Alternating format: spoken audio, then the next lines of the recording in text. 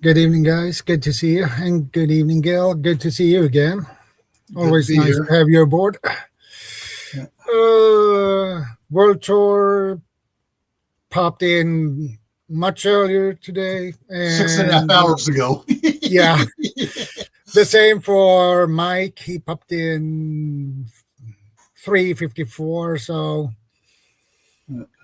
um, crew 13:51. That's on your side. And Yep. troop 13:51. The same. Um, Good to see you guys. I'm feeling Clan Wolf on your side as usual. Yep. And Feathers Creature, good to see you. That was that. Let's see if there. And Kane 71 in the house too. That's on your side, I believe. No, Kane is on Mike's side. Mike. Oh, Mike's side. Yeah. And we have Fire Dr. Ninja Turtle in the house. Good to see you again, Daryl. And a little reminder, feel free to join Fire Dr. Ninja Turtle. He has a great channel. You can learn on how to retire early. He is a guy with a great lot of knowledge about that. So feel free to do so.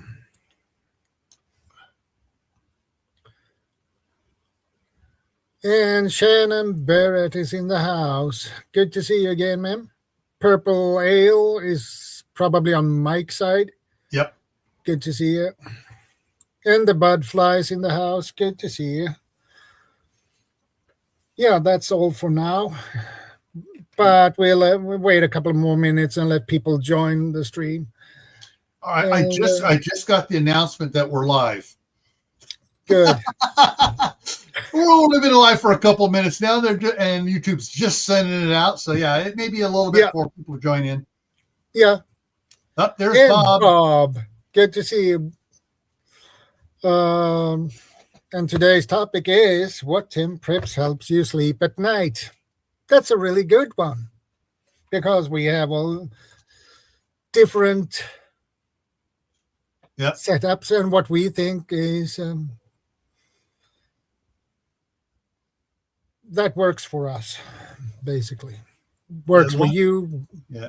The big prep that helps you sleep right now is a little Oxycontin.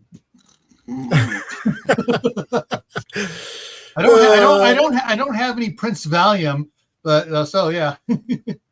Yeah. Little Red Hen. Good to see you. Yeah. That's on Mike's side. Yeah, and Norfolk UK Prepper. Good to see you. Alcohol at night to help sleep. I don't know about that one. Wiccan Ways. Good to see you. Well, as far as the alcohol goes, back many years ago, before I got married, even I was working for did a little stint, right out of high school, working for a construction company. And one of the guys was there. He was just really sick. He goes, "Oh, I got to go take care." At the end of the day, because it was just winter time and we're working construction. He goes, I got to go to bed early so I can be up at work tomorrow. Next day he came in, he's all bright and cheerful. What'd you do to get over your sickness so fast? He goes, easy. I went and got myself a bottle of wild turkey, and I went to bed, and with a straw in it, every time I felt bad, I just took a little sip. Just a little sip, not a big drink, just a little sip all night long, and it just sweated the sickness out of me. Yeah. Willow Tree, good to see you. And hello, Tofu. Good to see you too.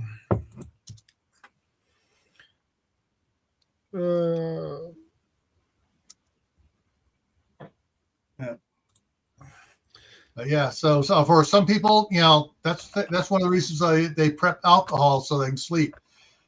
And NyQuil has alcohol in it. Well, here in the United States, NyQuil, it's one of the things you take at night before your nighttime coughing, sneezes, so you can sleep medicine. It's got alcohol in it. Yeah. Let's see. Where are we? New City Preppers in on Mike's side. Yeah. Yeah. Good to see you guys. I put in fire Dr. Ninja Turtles um, channel in the And Mike just came in on your side. yeah.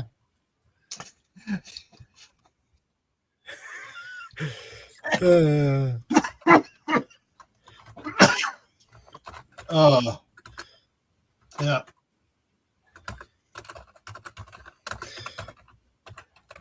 And Random Gamer came in on Mike's side. yeah. I put Fire Dr. Ninja channel, Ninja Turtles channel, Yeah. not channels. He has only one. Yeah. I put that in the chat so everybody can. Okay, so Mike has the kids. Yeah. I got the kids. Once they are all squared away, I'll be on. Okay, no problem, Mike. Good to see you.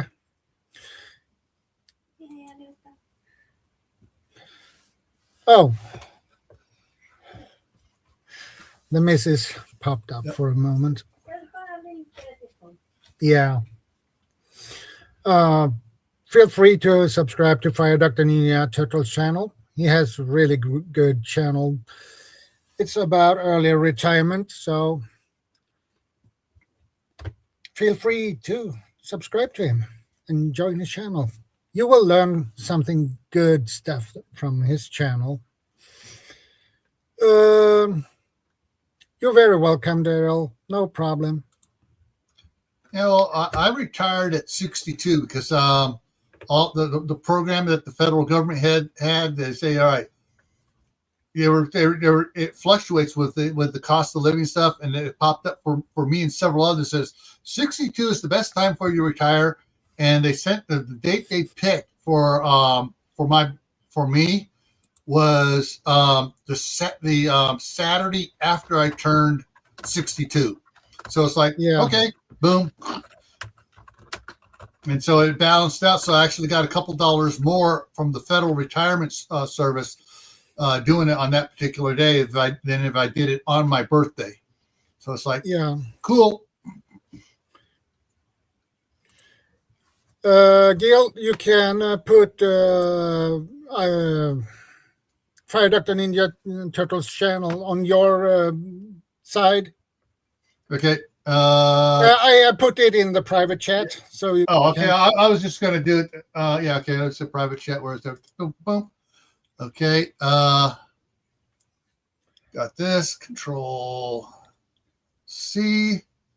And that should go across. Oh, wrong. Wrong. I put it back in the private. Let me go down here. Put it in the wrong spot. Yeah. There we go. That'll go across, and it should show up. Yep, shows up on my side. Yeah. There it good. goes to those guys. So everybody has a possibility to click the link and join his channel. Mm-hmm. He's such a nice guy, so he deserves it.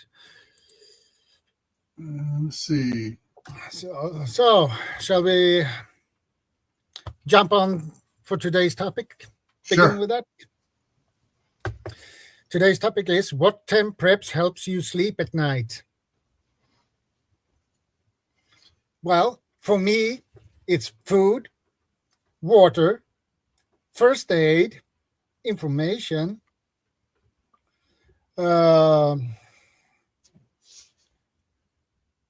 have for warmth, heater, and things like that, power bank or a power station,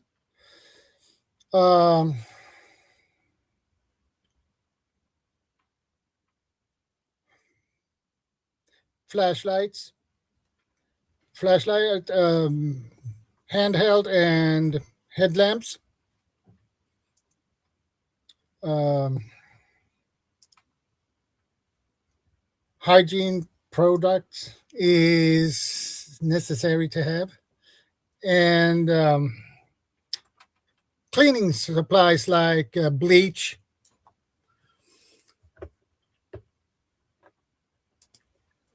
Yeah.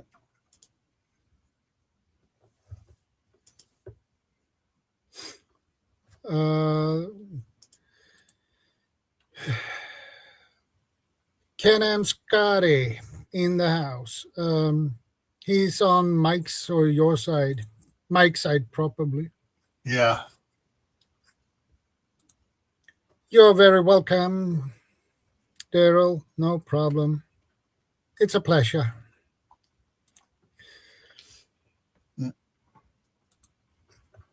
Norfolk says bleach, soap, washing powder. Yeah, tonight's topic, the first time I saw it was when I was doing a live stream with Will Russell, just in time prepping. Unfortunately, Will Russell did pass away a couple of years ago, but it was about 6 years ago he did it, and I was on there with him, Uncle Al, Dive over on 79, Anthony from Palmetto Prepared, and Reed from Manifestations of Imaginations. And so about 6 years ago, we went over it. Yeah. And things change. Yeah, from it the does. first time we did it and stuff. One of the things that from then to now, one of the things that has changed is I got 2 properties in Idaho now instead of just one. The big property's paid for now. So that, all right, no mortgage on it. That helps me sleep a little bit better because I know that's secure and that one's set. The house in California is paid for, so that makes me feel a little bit better there. But there's all the little different things that go on. Some things make me feel more at ease now than they did several years ago, and some of the ones that felt good several years ago got moved down the list because these others moved up the list. So the list is in flux as far as as my outlook on life goes, and as I see what I need and what I don't need, it changes. But right now, I would say, so land is my number one thing. Having land paid for is the number one thing that helps me sleep at night. The next thing is my food storage. And a sub one of the food storage now is, so my wife has a pressure canner, an All-American pressure canner there in California. She has her new Instapot canner. I have 2 All-American canners up here and a Presto pressure canner up here. Okay. Plus I have the Graniteware big monster one for water bath canning, and I have a 25-gallon water bath pot for canning in as well. Oh boy, so that's it's like a lot of water. And in the last 6 years, we've probably been given 500 jars, old jars, heavy. So they are better than the new ball or cur jars being sold now. They are the old heavy duty ones that you can actually freeze in and water bath can in. Yeah, those jars has the glass is thicker on those. Yes, it's thicker. Yeah, a lot thicker. And so, hey, Pepper for the ages. Good to see you again, boatload of those. And so it's like, I probably just up here in Idaho, I probably have close to 800 jars up here. And my wife has another 150 down there. Yeah. So we got 2.5 years worth of jars quart jars doing 1 quart a day. Yeah. To can stuff in. So that there is like Oh, that's like, okay, we can grow food, we can store it for the winter. Whew. That's a load off our mind, and we can sleep easier because we know we have that to do that. And I am canning. I do videos occasionally showing me canning different things and stuff. So yeah, Yeah, that's the other thing that goes along with it. My canning skills are for pressure canning are coming along. I've been water bath canning since I was 8 years old with my grandmother. But yeah, pressure canning, I didn't start till I was up here. yeah. And so, yeah, every time I can't pressure can, I feel a little bit better about it because my skill's getting better. Welcome, Grandma Nana. So Good to see you again. that's one of the things there. Skills, and most of everybody on your side and On your pros, side. Mike's side can't see what's being answered on my side. Oh, Troop 1351, Crew 1351, Phelan Clan Wolf are all Boy Scouts. yeah, And their answers were Scout skills and Scout gear. yeah. So, yeah. Well, actually, I could add an 11 point to these 10 preps. Yeah. Financial Mm-hmm. status. That definitely makes you sleep good at night.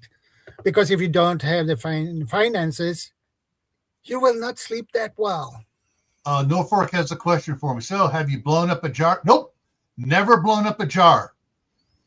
The closest thing I did have one siphon because I overfilled it just a little bit and it siphoned a little bit. Yeah. Hey, Nick Miller, good to see you. So yeah, it's a yeah. Oh, and we back when I was a kid, we used Best Food mayonnaise jars to can the blackberry jam in. Yeah. It's jam. All right. Yeah, it works. And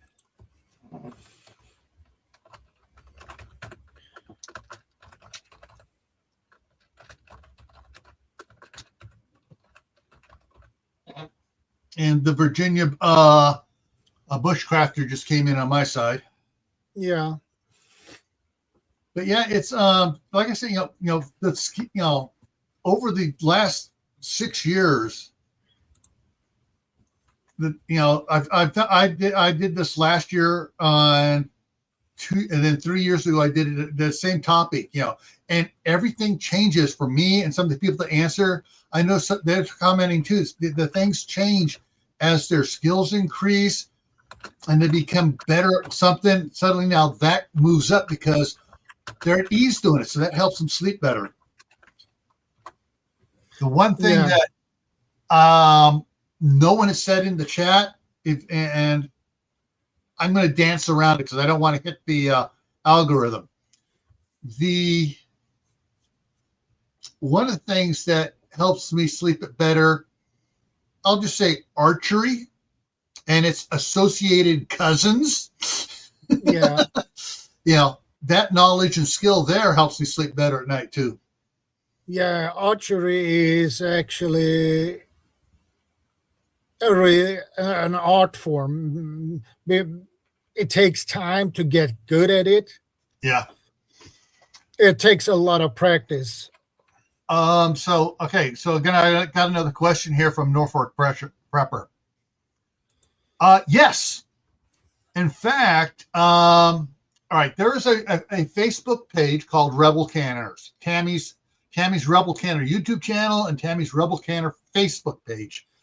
And they're talking all the time about reusing and repurposing food jars, and especially the lug nut one, the lug top ones. They don't screw on; they just do like a quarter turn or an eighth turn, and they lock on.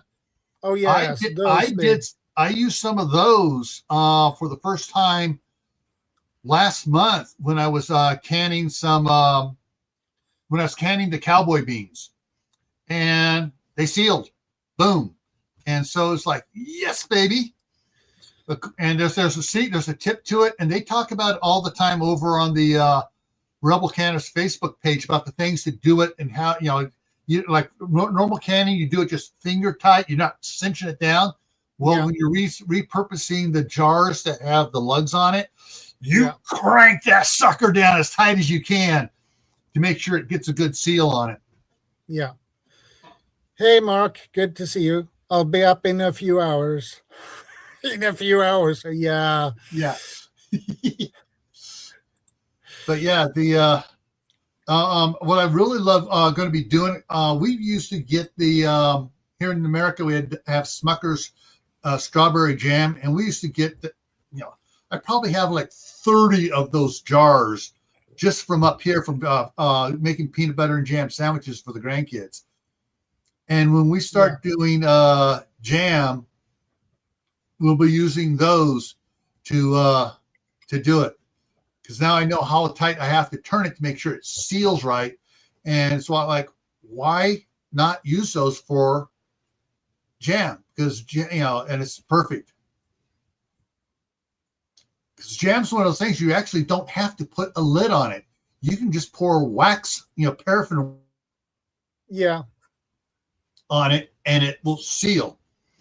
My grandmother said that's what she used to do growing up. They didn't have the lids out. They didn't have enough money for a lot of the lids sometimes. So when they were doing blackberries and currant jam and stuff like that, they just used the paraffin wax, pour it on there, and then recycle the wax for the next year. Yeah. But yeah, so that's skills and knowledge is definitely something that helps a lot of people sleep better at night. And most people don't realize that it's, once you have knowledge and skill, your stress level goes down a little bit. Yeah. And another skill, speaking of skills, fire making skills with a fire rod.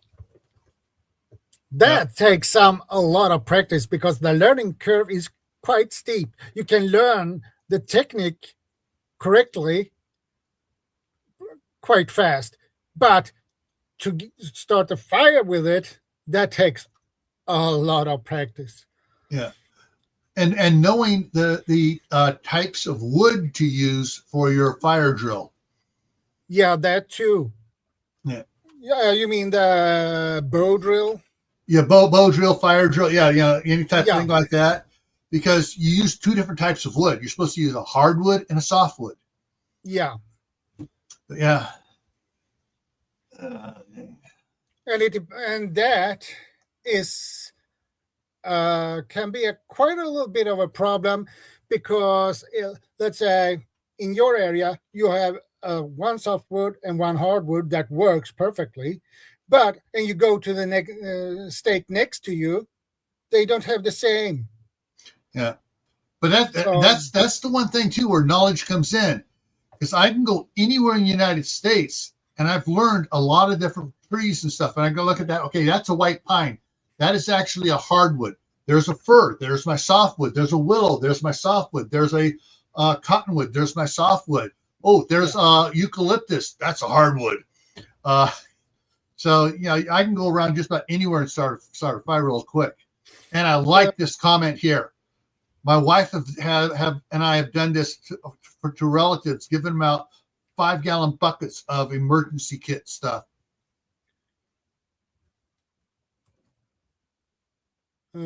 Yeah, that's a good idea. Welcome, Carolyn Wynn. Good to see you. Okay. But yeah, it's David Lynn. Be prepared. Good to see you. David Lynn, also known as your Prepper Principal, is his other channel. Yeah, Prepper Principal. Yeah, I'm subscribed to his channel. That one, at least. Yeah. He's a good guy. Yep. Yes, he is. One of the things that's that I hope everybody in here will take to heart is, just because you don't have the latest gear is no reason to get stressed out. I agree. It's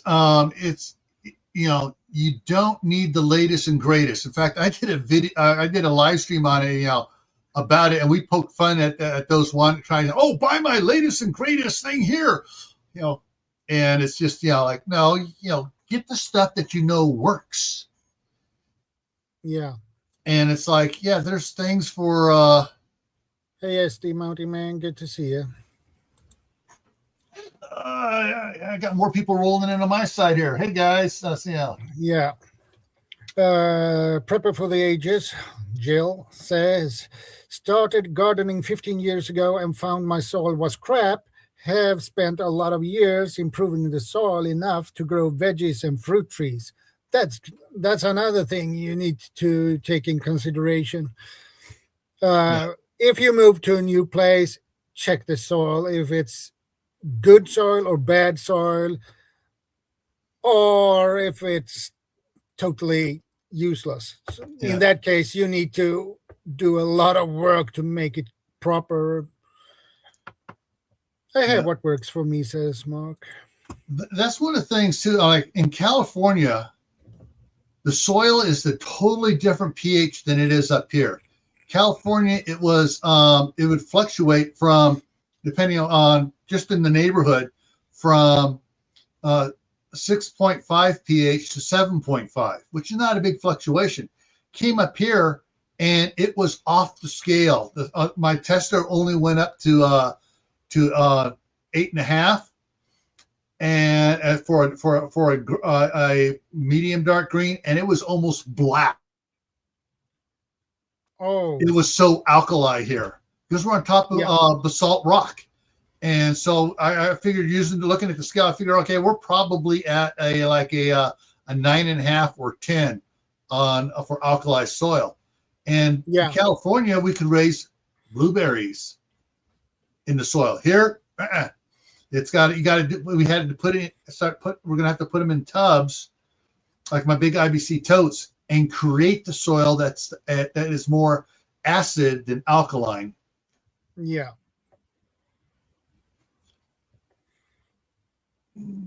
So there are things that you need to learn for in your areas, and if you go to a different area. Yeah, and gardening skills makes you definitely sleep good at night. Oh yeah, especially before you go to bed, you look out, you see the orchard, you see all the squash growing, the lettuce, the sunflowers, everything growing out there. It's like, yes.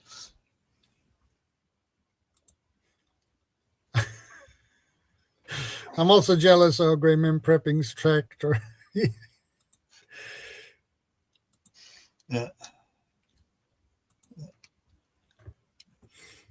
Yeah. I can't afford a tractor, and I don't have the space for it. Yeah. I live in an apartment, so that is quite difficult to have a tractor. Yeah. I am I would say over the last 30 years, the number one thing that helps me sleep better at night is the fact that I married the staff sergeant. Yeah. She, all right. One of her MOSs in the military was accounting. Yeah. So she was a staff sergeant unit of drill sergeants. So half of the time she was drill sergeant, the other half she was taking care of the accounting for the unit. Okay. And so because of her, how do I want to say this politely about how she treated me? Slapping me upside the back of the head like she was Agent Gibbs of NCIS, hitting the nose of a wake-up call, got me to watch the budgeting a whole bunch more.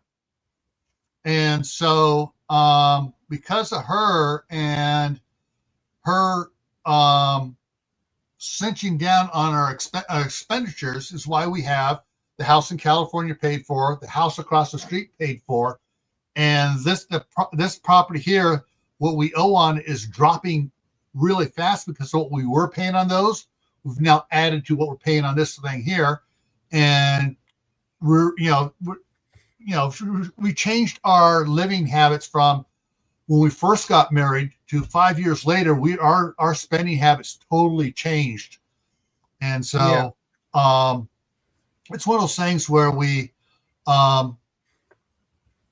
getting a budget is something that really is helping us sleep better, because we know what we have, we know where our money's going to, and we're not wondering around, are we going to make the payment next month on the credit cards, or are we going to be able to do stuff? So that is one of those things that is really, she's, I say she's probably the best prep I have. And she's probably going to hit me the next time. Yeah. You called me a prep. Yeah, you're the best thing. Well, you can say that her skills is a prep. Oh yeah, and so it's learning from her has helped as well too. And so, if I was to pass on a skill or knowledge to everybody out here, is when it comes to what you're getting, there is what you want, what you need, and in between that is what you think you need. Yeah. All right. You got to realize the wants, if it's not a need, don't really spend money on it till all your actual needs are taken care of. Yeah. And what I agree with that. And you need to set up for one of your needs. You need to be putting money in a savings account. Yeah. Because you never can tell when you're going to have an emergency. Ooh, the car got T-boned while it was in the parking lot. Now I got, the insurance company's only going to pay so much on it because it's an older car. Yeah. And we have to make up the difference, or your transmission decides to take a crap on you. Now you got to put a new transmission in the car. Yeah. And that is not cheap. Yeah, especially with newer cars, because you can't do it yourself. Oh, no. When I was growing up, my dad had a 1964 Ford Ranchero, and it was what he was driving to work and stuff in the 70s. And it was like, I'm talking late 70s into the 80s. And yeah, all right. It had it lost the gear in the transmission. It got chipped and stuff. So we had to pull the transmission. So we went down to the junkyard, found the same model transmission, different car, but same model in one, pulled it, put it in ourselves. $150, we had a new transmission. Welcome, Ohio Valley Prepping. Good to see you, brother. Which lasted for him for another 5 years. Used transmission out of a junkyard, lasted 5 years, and for $150, it's like, to go to the Ford dealership would have been a couple grand to get a transmission put in it. Yeah. But yeah, it's just those things you need to look at what you're spending money on, and do you really absolutely need to do that, or is it a want?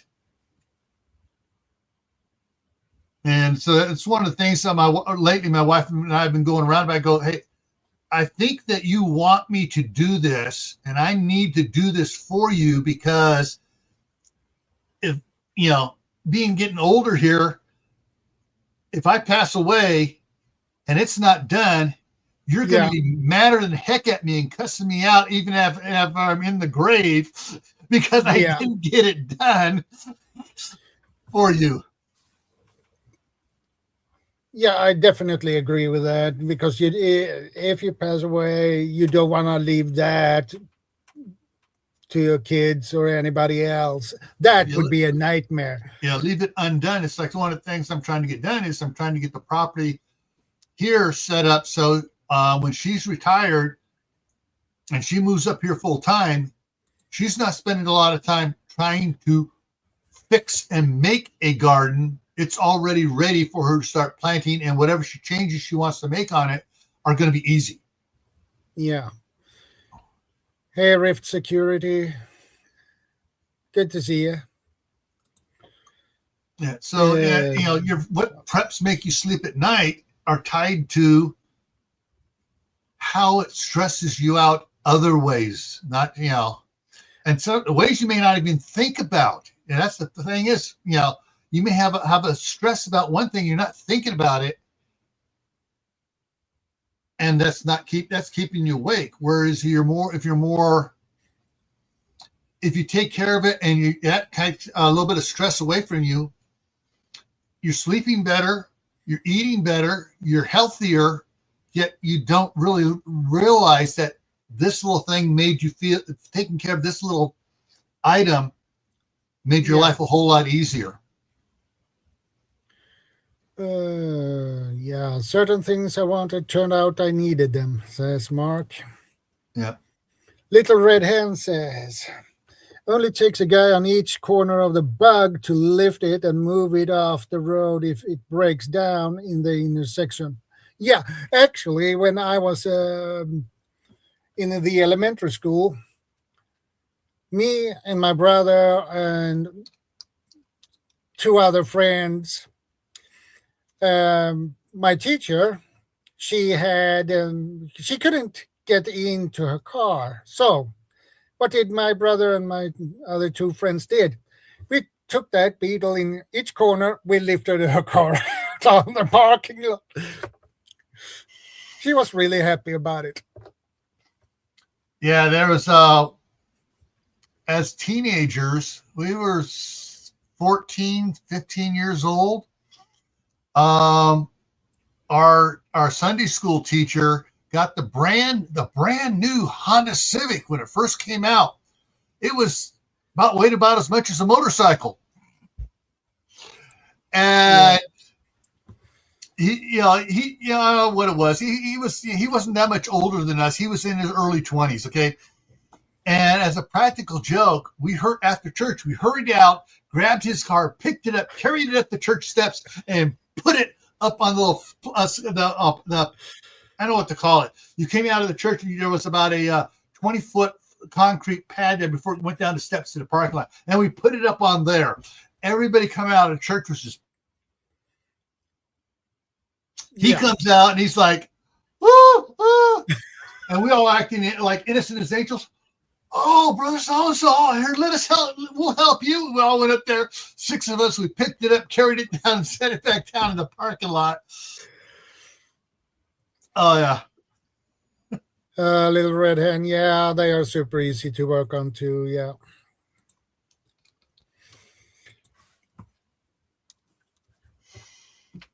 But yeah, I picked this background out because, hey, it's got a bunch of preps on there.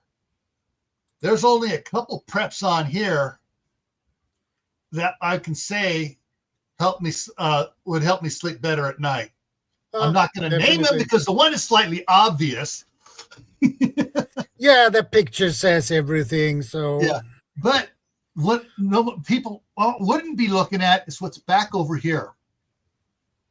Yeah, a 4-wheel drive van that you can go off road with. My wife and I both now have 4-wheel drive vehicles. The crossovers. Yeah. So we can get places and stuff. But I still want to upgrade to something like that.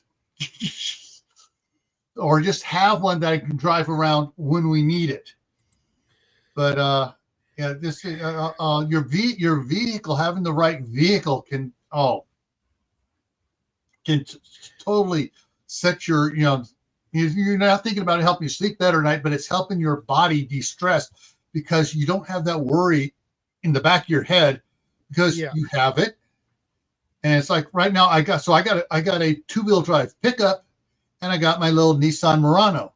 Yeah. Which is all-wheel drive. But I would like to have a 3/4 ton or a 1-ton crew cab pickup or a 1-ton van that I had stick 8-foot sheets of plywood in the back, and I'd feel so much better if I had that. Yeah. Welcome, King Corso. Good to see you.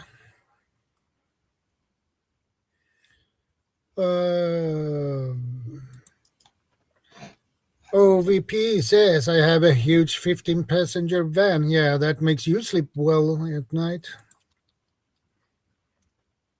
But Yeah. I couldn't afford one. Too expensive. Yeah. My sister had one that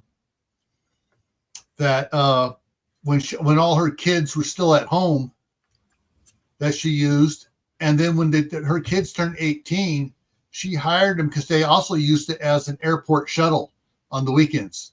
Yeah. They would go over to the airport and drive people, home and stuff and back whatever. And they got on the list for weekend driving, and so the kids started doing that for half the profit. So they're like, I'll go drive. Yeah, another thing, the preps that definitely makes you sleep good at night, that you have enough medication you need at home. Yeah. Because that would be definitely stressful if you don't know, okay, my medication is beginning to run out and something happens and oops, Yeah. that is not a fun thing. You don't sleep that well at night if you know your medication running out. Oh, I love the last comment in the line. Yeah. The last part of that. I sleep well because of my fur babies. Yeah, that Ruff, too. ruff, ruff. Yeah, that too. Yeah, dogs are really awesome. Yeah. They really are. They will definitely warn you if somebody come close to your house or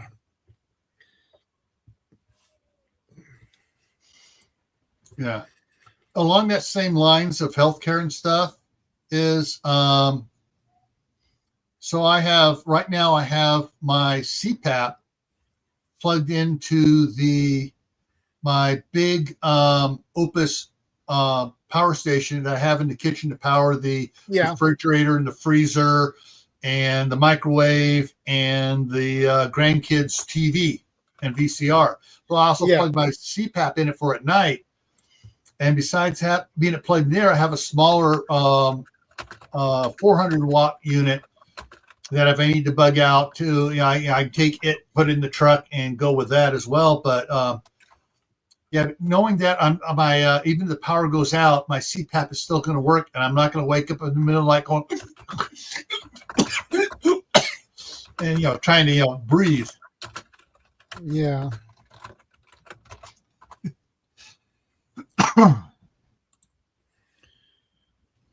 I failed at guard dog. Mine doesn't even bark with me. Yeah. Oh, you want a nice, cute little guard dog that'll bark anytime anybody comes to the door? Chihuahua or Papillon? They go friggin' bananas. It doesn't matter if it's someone they know. They hear somebody outside and it's like, oh. My parents had Papillons and my sister had Chihuahuas. Oh man, it was just like absolutely hilarious watching someone come to the door and the dogs just come from the far side of the house. They'd hear those and just start barking and running all the way through the house. Yeah, and John says healthcare is one of the few areas where even preppers fail to prepare as much. Yeah. I have to agree with that. It's easy to forget because most preppers focus on gear, food, water, and things like that, but they forget about the healthcare. Yeah. Little Red Hen says, I'm taking herbal classes to help compensate for after some meds run out or low and for use now. Yeah, that's a good thing. Yeah, there are several homesteading channels and prepping channels and stuff that are getting big into. They started dabbling at first, and now they're getting more into it, making the medical tinctures and stuff like that after doing their research. Yeah. So yeah.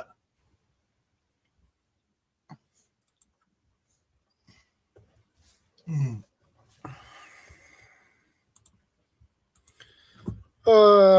Nick says, for sure, Shadow. Health is a big prep to have a sleep, not only physical but also mental, not just your own, but also those close to you. And I agree with that as well. Yeah.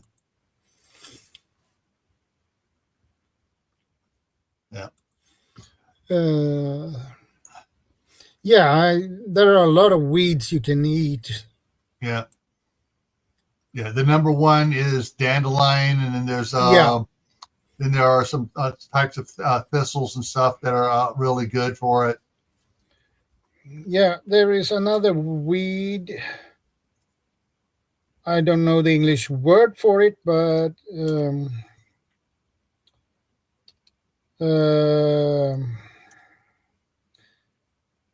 it's a weed that spread like wildfire, basically, but it's edible. Yeah. Um, And here in the United States, the big one that spreads everywhere is dandelions, with the yeah, little yellow we have a lot flowers. of them. Yeah, we have them here as well. A lot of them. And We it have was them outside my apartment. We have a lot of dandelions as well. what's interesting here is we notice that here in Idaho, with after the snow, when the snow starts melting and going away, the first thing that puts out a blossom in the springtime is the dandelions. And as soon as they start blossoming out, I mean, it'll get all these dandelions, and all of a sudden you hear this buzzing and this, yeah, all the bees after the winter are hitting the dandelions to get the nectar to make more honey. Yeah, the weed I was thinking about, it's different. It has different English names, but it's the same. Uh, it is one of the names is couch grass, and the other is twitch grass or quick grass. Oh, I've heard of that. Yeah, that spreads like wildfire. It's if you get it in your garden, oh man, you will have your garden full of that. But it's edible Yeah. and nutritious too. So Yeah, if Mark were up here, he talks about the weed he has all over his property called lemongrass, which a lot of people use. It's edible, and they use it for making tinctures and other stuff like that. And he goes, it spreads like wildfire. yeah, That he goes, it's so prolific on the one side of his garage. He just runs the lawnmower over, and it smells delicious. yeah, He's going so bad, he just runs the lawnmower over it. Yep. yeah. I'm familiar with lemongrass. You can buy it here as well. Yeah. So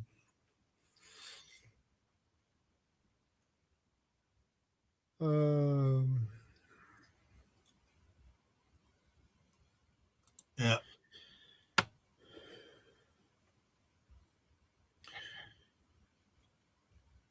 yeah, And that all goes back to just like Rockefeller, because when he had oil stuff, he realized, oh, I can do this. So he donated a lot of money to the universities and stuff, and founded the American Medical Association. yeah.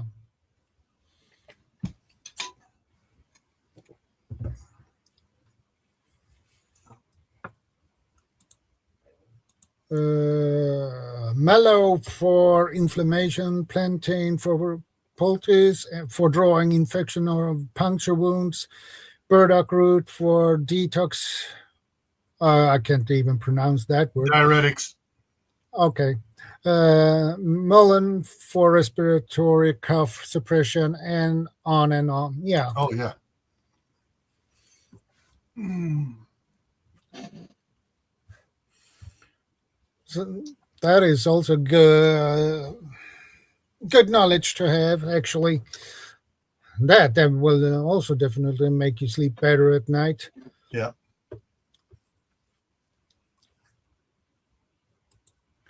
Hey, Mike. Good to see you. Good evening. I broke your symmetry. You had the title above you, you had the blue line down the middle, and I've just ruined it all. but we got the first aid kit and the cannons, and the guy's sleeping nice. That's how I sleep. I sleep with a can of soup. So, Mike, what is your 10 preps that helps you sleep at night? Helps me sleep at night is probably everything security wise. I have something in my bedside cabinet that in case I emergency have to whittle something out of wood in the middle of the night. So I keep that in my bedside drawer just in case, you never when an emergency whittling might occur. Yeah, you may have to whittle a toothpick real quick. Exactly. It can happen. So I've got emergency whittling tools. But yeah, it's security. It's house security more than anything else because I live in an urban environment. Yeah. So it's knowing my alarms are on, knowing my locks are checked. I can't go to sleep and just assume everything's locked. I've got to do the rounds around the house. Check the locks, check the windows, check the front door, put the deadbolts on. Yeah, that is actually a good routine to have. Do you know what? When I used to live on my own, no kids, no responsibilities, I'd sometimes wake up and I'm like, oh, I left the back door open all night. Never mind. Yeah. it was terrible. But with family and kids, it's different, right? So, cheers, Brian. Cheers, Brian. Hey, Scottish Prepper. Good to see you, Brian. Mike, can you do me a little bit of a favor? In the private chat, that is Fire Doctor with Dr. Ninja Turtle. Can you put his? It's a link to his channel. Can you put it on your side, Mike, so people can subscribe to him? I will do that, but it's not in the private chat on mine. I don't think it gives it me because I've joined afterwards. So if you repaste it in there, I will do it. Hang on just a second here. I just put it back in again. Yeah. Awesome. Okay.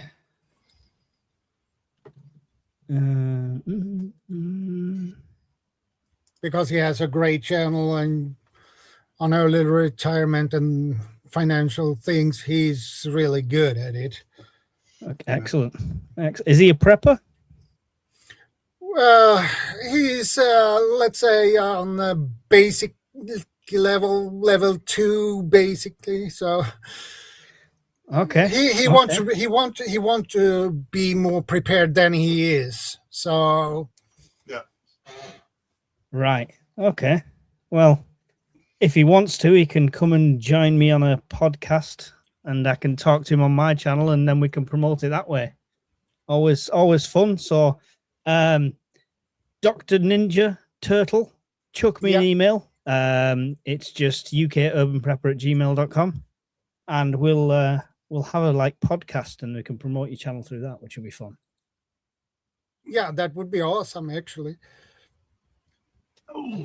But remember, I'm UK time, so you've got to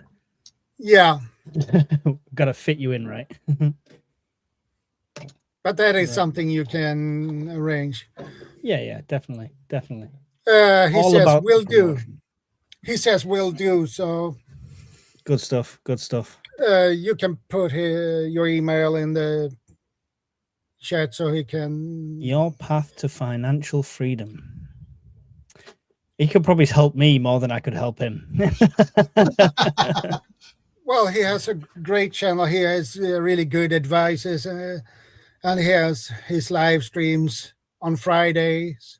So you can learn a lot of things from him. So I highly recommend it.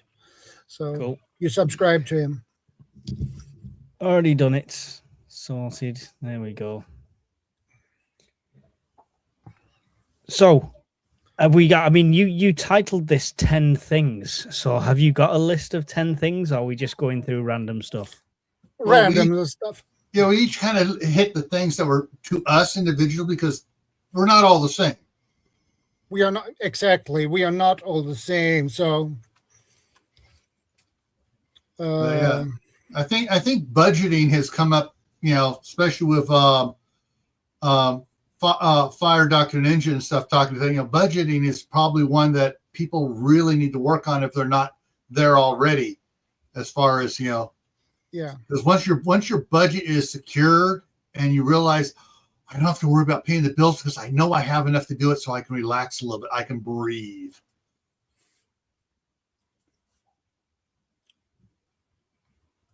He already sent you Mike's an going email, off Mike. grid bus. What's that? I've emailed you. All right, awesome, cool. I'll pick that up. I almost bought another power bank this week, but then I remembered van needs road tax and 2 new tires. Bugger. Yeah, that's a bummer. But There's always something. things- It's like February is the shortest month, so it's like people get paid early, and it's like, oh, this is great, but it's still a full month's bills, right? yeah. Mike's going off grid bus camper conversion. Conversation, I think he's conversion. Yeah. I'm not doing that. I haven't got the money for that. No, that is definitely expensive. Yeah.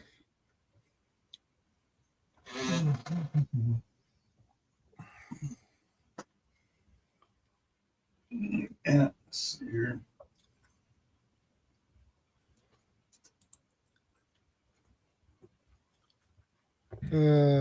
Still competing with kids in the background. Apologize. Yeah, no problem. Yeah. So if we talk about sleep at night, if we talk away from security and just being generally prepared, I think very few of us do as preppers, as survival-minded people. There's always something else to think about, right? That's the issue, I think. I found myself recently up at like 5, 6 o'clock before any alarms going off. And then my mind's just on. It's going. So I've just got to just either start writing stuff down or doing something, you know. Or the opposite.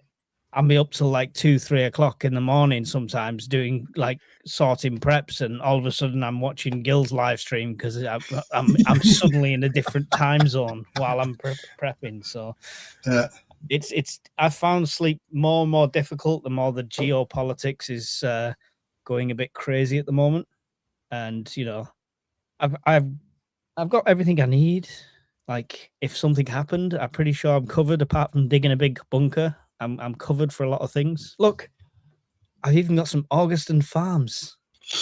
I'm joining the club. But yeah, so I should sleep easier, but I think as preppers, we're naturally more on edge people. Is that the right words? Yeah, you could say that.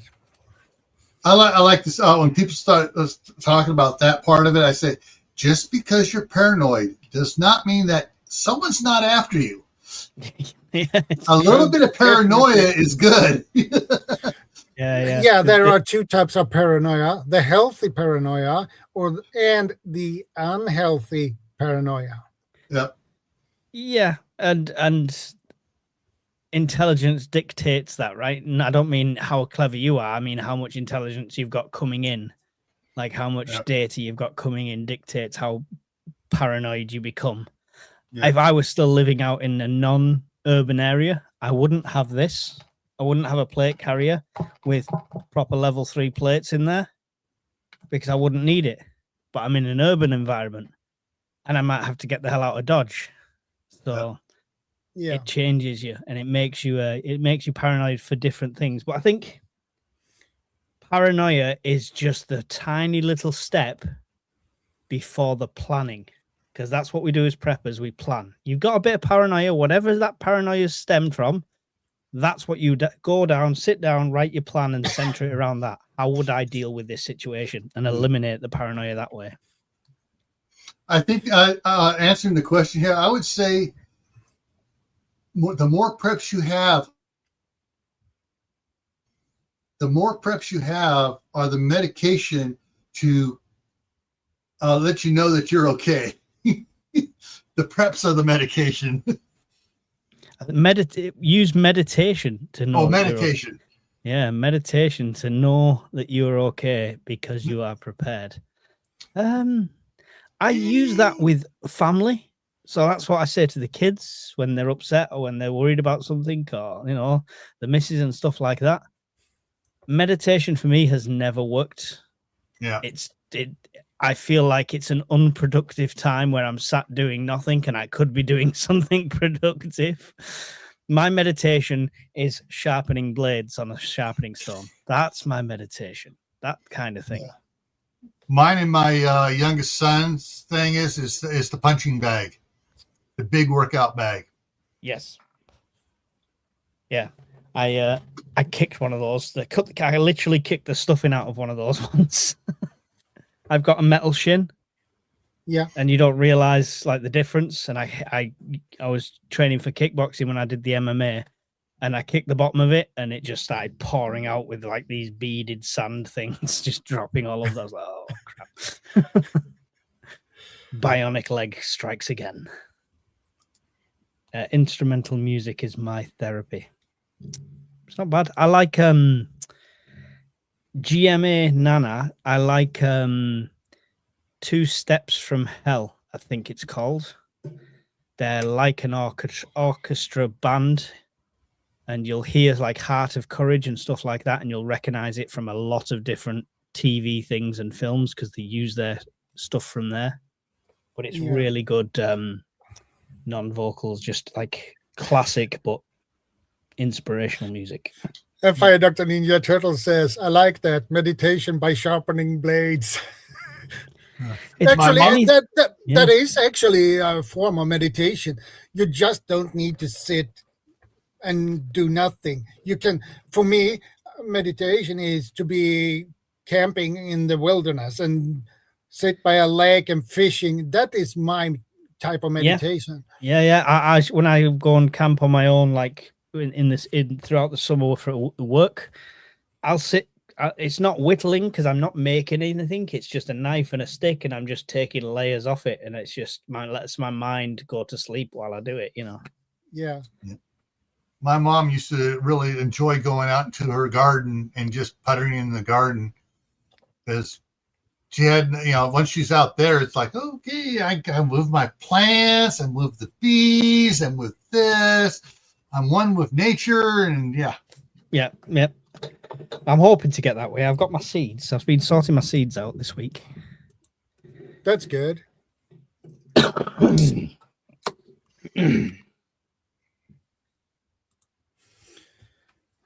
Fire Dr. Ninja Turtle says, I fish and that is my meditation. I agree. Yeah. I just can't do the whole it's just that doesn't work. Yeah, right now, I'd probably say that my meditation is working on my novels. Yeah. I just sit at the computer and I just typing away and just weaving a story and doing it, making it making it make sense and doing everything, just having a grand time at that, and it's Yeah, I think it's sometimes it's less about meditation and more about escapism, right? Yeah. It's just escaping all the day-to-days, the noise. So whatever you do, like you're doing your novel, like camping, like being outdoors for Shadow.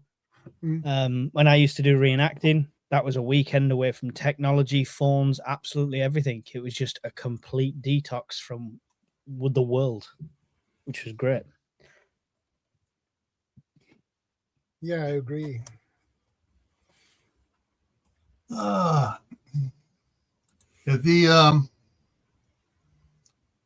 Like I don't know if you were listening to us in the beginning, Mike, or not. One of the things that I noticed, because it was about, like I said that in the beginning, about 6 years ago, I was on live with several other preppers and stuff, and this was the conversation back then. Mm-hmm. And from then to 3 years ago when I did one to now, a lot of my top 10 have changed. Yeah. Because things I was worried about before, I've taken care of, and now, I'm not worried about them. So that stress level's gone. Yeah. I think the biggest stress level you ever can have, that is when you have mortgage to pay off, because that's horrible. See, for me, all money worries, it used to, from I don't know, let's say from age 25 to about 30, 35, that 10-year period was me stressing about money 24/7. I think that's Oh, why yeah. most men either end up going grey or going bald. And it's not that I'm in a better money situation now. I'm really not. But I just don't let it bother me as much. It feels like very first world problems. Oh no, I've got a roof over my head. I'm fed. I'm watered. We've got heat. I'm happy. If I can't afford to go on 2 holidays a year, it doesn't matter. The money worries no longer stress me out as much as have I got enough food in? Have I got enough water prepped? What if this happens in the world? What if this happens? So I think my worries have definitely shifted. And lots of people, like you say about the mortgage, lots of that won't matter if it hits the fan. Nobody's collecting rent payments and mortgage payments if we have a collapse. Yeah. So it's kind of, I don't want to be completely detached from reality. We have bills to pay right now. But on the other hand, I see it as a temporary situation of paying bills until the money's suddenly worthless. Yeah. I'll be paying rent in cans of beans. Yeah. So luckily my landlord is a prepper. So That's a good thing. Yep. So My yeah, landlord is run by the municipality here. Right, okay. We have private landlords as well, but Well, the person who got me this house watches my channel, is a subscriber who contacted me. Okay. So, That's awesome. Because I needed to get out the one I was in because of the cold and the damp and stuff like that. So yeah, that's horrible. Just waiting for somebody else to contact me now and say, "Oh, I've got some land you can have, actually, Mike. You know, anytime. Waiting." Well, if that happens, somebody offer you, "Hey, I have some piece of land you can have." Mike, so I don't know if it's a thing there over there in Britain or not, but it is here where land gets foreclosed on by the government. Like here would be the counties are usually the ones foreclosing on property that they don't pay, they can't pay the taxes on it, and so people go in and they buy the tax liens and get the property for pennies on the dollar. Yes, but we don't have the abundance of land in that case. And to be honest, any land that the government sees will become solar farms right now. They want these farms to close down and stuff like that. I'm hoping, I don't agree with the new inheritance tax we put on farmers and stuff like that. I really hate, that we're doing that because farmers are asset rich. They're not cash rich. I know a lot of farmers. But I'm hoping the knock-on effect of that is a lot of farmers are going to be looking for a secondary income or possibly selling a small parcel of land privately so they can fund the inheritance tax. Yeah. So I'm hoping it stems that. And if they want a secondary income, they can give me a corner of land that is non-arable. They can't sow seeds there. It's rocky. It's got a river, whatever it is. And I'll open a wild camping site there, generate revenue, and give them half. So I'm hoping the knock-on effect of a horrible tax is that it gives me more opportunities. Yeah. And speaking of on the land, hi Nelly. And Fire Dr. Ninja Turtle says, "I'm prepping by paying off rentals before SHTF. That's a good thing." Yeah. But Hey, Nelly on the land, good to see you. Hey, Nicole Ruiz. Good to see you.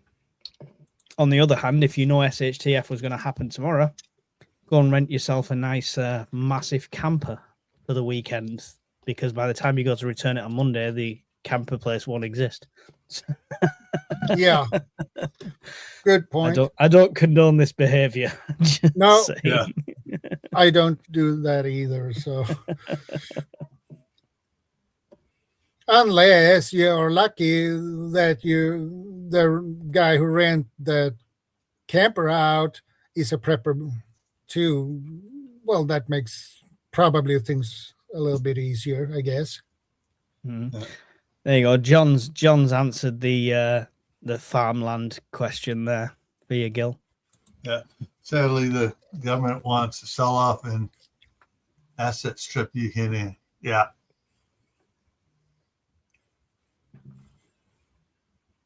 Yeah. It's just another. Well, I was saying it doesn't have to be mutation. farmlands. It could just be, someone has a half acre here. Yeah.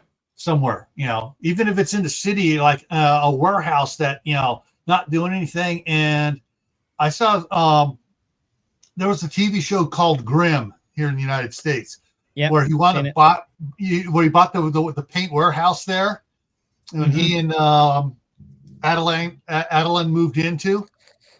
Boom! I mean, that's a great. I would love to have that warehouse. That'd be a great prepper warehouse. But honestly, it's because of the price of land over here, and it's not an abundance, and we've got this fictional, we can't build any more properties because it's taking over all the green land. That's a load of rubbish. It's not at all. We've got loads of countryside. Properties just become so expensive.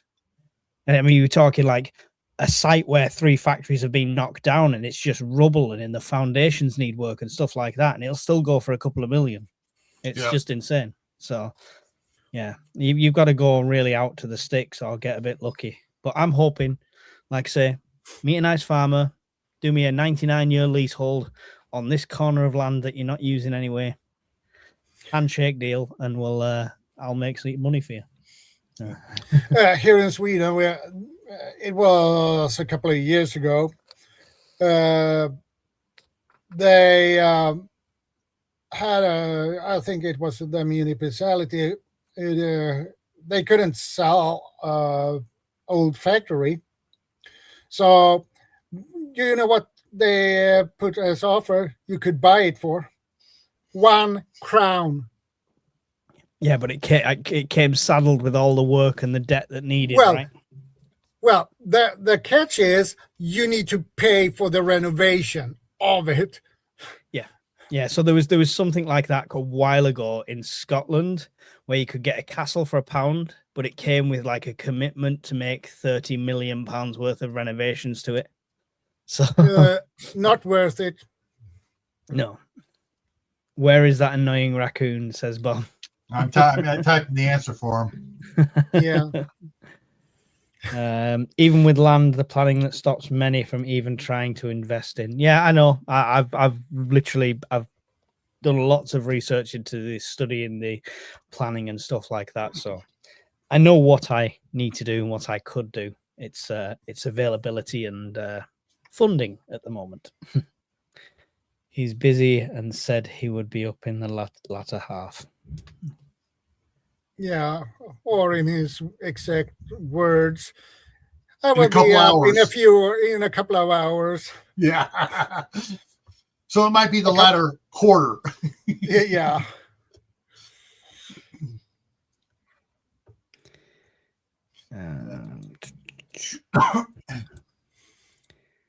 I would like to have my own land with a nice little decent house on it. I honestly, that costs too much. The house would be a bonus for me. I just need the land. I could live in a container. I could live in a caravan while I'm doing said container home up. Well, here in Sweden, you can buy land, but there is a catch. You need to build a house on that land. You just can't put up a caravan or a camper there.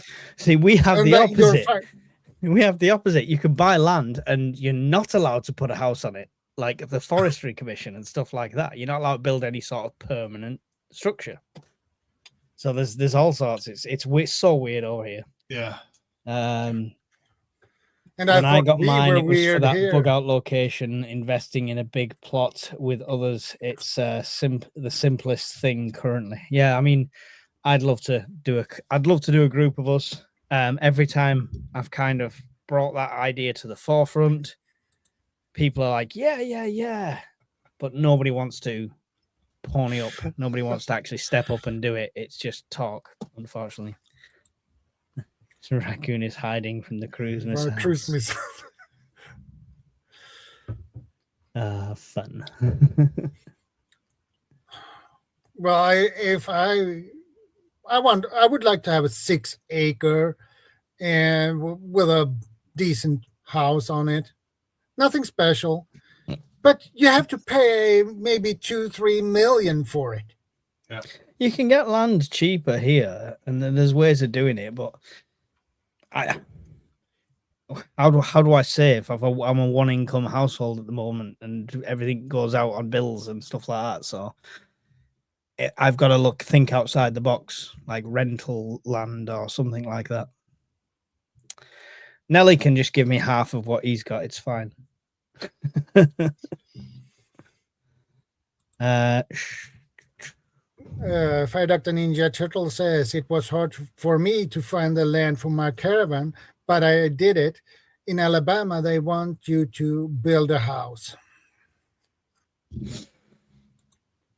See, it's interesting up here in Idaho. One of the things that we were thinking about, we started looking for land several years before I retired, and we were looking at several places up here at the prices at the time and stuff. We were kind of going, crap. Well, we could just go ahead and buy some land and build a barn, and then get a travel trailer and just back it into the barn and hook it up in there.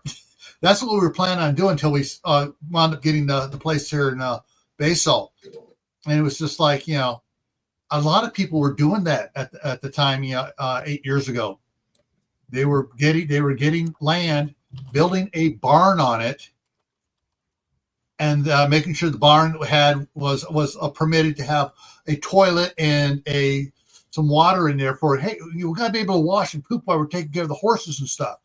So they get a permit for that, and then they would just put a travel trailer in there and run the hose into the sewer. And bypass a lot of the stuff, and it's just because it's not permanent. It's just So where we do our Scottish meet at, they give me the initial idea. They're a campsite, and then as soon as they're open as a campsite, they have to be there 365 days a year because that's how often they're open. So then they have temporary accommodation on there. Then they need tool sheds to maintain the land, so they get a foundation poured and permission for concrete to build a big tool shed. Once that foundation's on, after about 6 months, you can knock down the tool shed and start building a house on said foundation, because it doesn't matter because the foundation's already in place. So they'll actually give you permission for that. So that's what they're done. Mm-hmm. And it's worked for them. There's other ways around as well. Somebody mentioned if you have cows, then it's they're a high maintenance animal and you have to be there 24/7 as well. So there's that. Mike, you could have half, buy a plot, half it, road and water supply, sell for the same purchase price. I know of a guy who did this. Or buy a plot, half it. All right, okay, like sell the other plot. Right, okay, I get you. I see what you're saying. Well, it's like along that line. I haven't got the initial buy a plot of money. Yeah. the property across the street that we first bought here in Basalt, our real estate agent happened to be driving by when they were putting up the for sale sign. She stopped, took a quick walk through, and she goes, I got a client who'll buy it. We want to sign papers right now. Called us. I bought a house for you. Sent us the pictures. My wife said yes, and we did everything on it. We bought it for $132,000, 5 acres. Mm-hmm. The day that we signed, that it became official, someone came into the real estate agency and say, "Oh, I'll pay $260,000 for it." But you already had the deed, I assume. We already had the deed and everything, and the city here has a requirement. You can subdivide down to a half acre. So that being 5 acres, we could subdivide it into 10 lots. And the way the prices are now, we could sell 1/2 acre for what we paid for the whole thing right now. Yeah. But we don't want to do that. Yeah, but do you want neighbors? That's the question, right? Well, yeah. That's the thing. It's just kind of nice and open. But yeah, it's one of those things is that when you stumble upon something, it just it works, Yeah. and that's the thing. There's Yes, loads of little options. redhead. Yeah, I know. Yeah. But yeah, I mean, it's like too. But the first place I bought, I was doing working and stuff, and I decided, hey, I need to buy a place. And my sister found this house 6 blocks from where my parents' house was, and it was this was in the San Francisco Bay Area, and the guy was retiring from the highway patrol. He was a mechanic for the highway patrol inspections guy. He was retiring, and they're moving out, and I got that for 142. And it's one of those things that you just stumbled on it. My brother stumbled on one when his 6 months out of high school, stumbled on one that he picked up off of a transferable VA loan for $110,000, and he sold it 5 years later for $500,000. It's just it's just one of those things. That's If a you good time profit. it, if you time it right, you got to be looking all the time, and when you find it, move on it. Yeah, And you've got to be ready. That's the thing. You've got to be in place, ready Yeah. to move on it, like sort of thing. And So you can sometimes you got to do what's called creative financing, where you assume the loan that's already on it. Yeah. So you don't have to do that. You're just assuming a loan. You're doing the other stuff, and you can get it a lot cheaper. You can get like 20 acres over here for like less than 100,000. But you've got to look at what you're getting. Some have covenants on, some are permanent grasslands, so you can't, and some you can't build on. Some are forests that you can't build a permanent structure on. Yeah. Some are, I've found if you've got technical planning permission already in place to be able to build and do what you want on it, often the price is going massively up from that. Yeah. So you've got to jump through the loopholes with the land that's not got the permissions. Yeah. Mine is worth 3 times the original, but I have put my heart and soul into it. I bet, Nelly. I bet. Yeah. We're trying to buy a small townhouse for 210.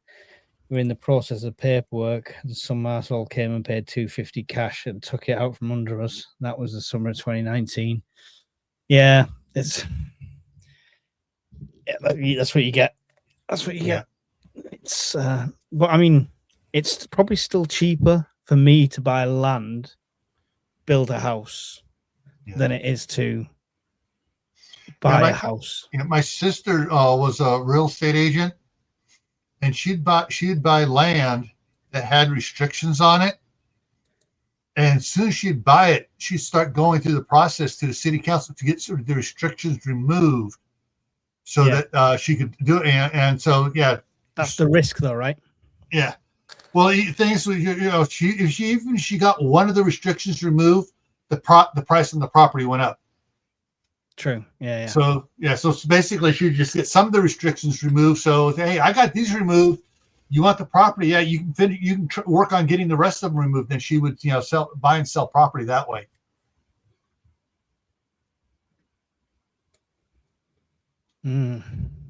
Just found. Sorry, I've just found 34 acres in Penrith, Cumbria, which is kind of the I'm not going to get nuked area of the UK, for 110,000. The land benefits from natural water supply. It's got valleys and rolling hills. That's pretty.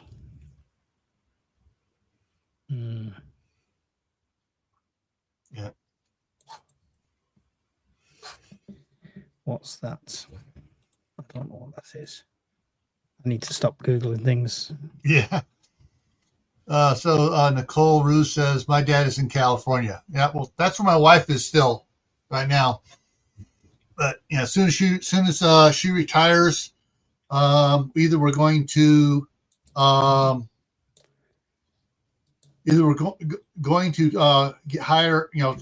get a property management company to manage the property as a rental property, so we have income coming in constantly. We don't have to worry about doing any repair works and stuff like that. Or we'll just sell it outright and move. Actually, we'll put the property into a trust, and then it can sell it, and the trust then will hold the money because it's not capital gains then because it's an investment trust for our retirement. But yeah, it's one of those things that you can do it. It's neat if you can do it and do it right. Yeah, that would help me sleep better at night if we're going to go on topic with it. Yeah. Owning land. That's one of the things. The first thing I said, my big one was owning land. It's one of the things that makes me sleep better at night. As soon as we paid off the house in California, it was like my wife and I were both like, "Oh, the house is paid for. We got it. It's ours. It's secured." And then when the house across the street that we bought up here, when it was paid for, it was the same thing. She was like, "Yay!" She sent me a big old email, with some of those dancing emojis on it. "Yay! It's paid for. It's paid for." So yeah, 5 grams of gold, 10 ounces of silver, and as many sheep as you can handle. Excellent. I mean, the 10 ounces of silver is probably a decent amount at the moment. What's that? Silver's still going up, isn't it? Yeah, silver has gone up in price. I've posted that land. Anyone's on Discord, I've put it on the public chat. I've said this is found this for my birthday present. You can all chip in. It'll be okay. There we go. 33 acres is enough to build enough prepper homes for you all to come and live with Mike. There we go. Fun. Yeah, and sooner or later you have 400 people staying on your land. That's all right. That's all right. The one of the things call them people cattle. Yeah. What's interesting, Mike, for my Tuesday night live stream, it's about creating a prepper group. That's the topic, is creating a prepper group. And one of the things I'm working with other people is like, if you're buying land and you're going to, as part, set it up like a corporation where people have leases for the different things, you want to make sure each person has at least an acre and a half, no less, because that way they have enough land to raise some animals, whether it's sheep, alpacas, goats, whatever, and put in a decent sized garden to be able to live off of if we go into Twaki or major SHTF event, because you don't want to have you get a half acre, that's too small. Yeah. Mm. Well, I mean, hey Timmy Harder, good to see you. It depends how you run that, right? Yeah. So I foresee a community of like, if I had the land, I've always said I'd do this. I'd have like a pre-made campsite. Let's call it Mike's off-grid holiday resort, right? Completely off-grid, sustainable living. Come and go on holiday with me. You can buy a holiday home on my sustainable resort, Gil, for $25,000, for example. But that's forever. You can come and access it a weekend. You can come and stay there and stuff like that. If it all hits the fan, that is your get-to location. The gates come down, the fences go up, the security goes in place, and it wouldn't be a case of you have X amount of acres of land. You would just be part of the complex. We'd have an area for growing stuff. That would be over here, all the grain and all the livestock would be over there, kind of thing. It'll all be communal that way. Yeah. One of the things that nobody wants to buy one of my overpriced caravans, though, Gil.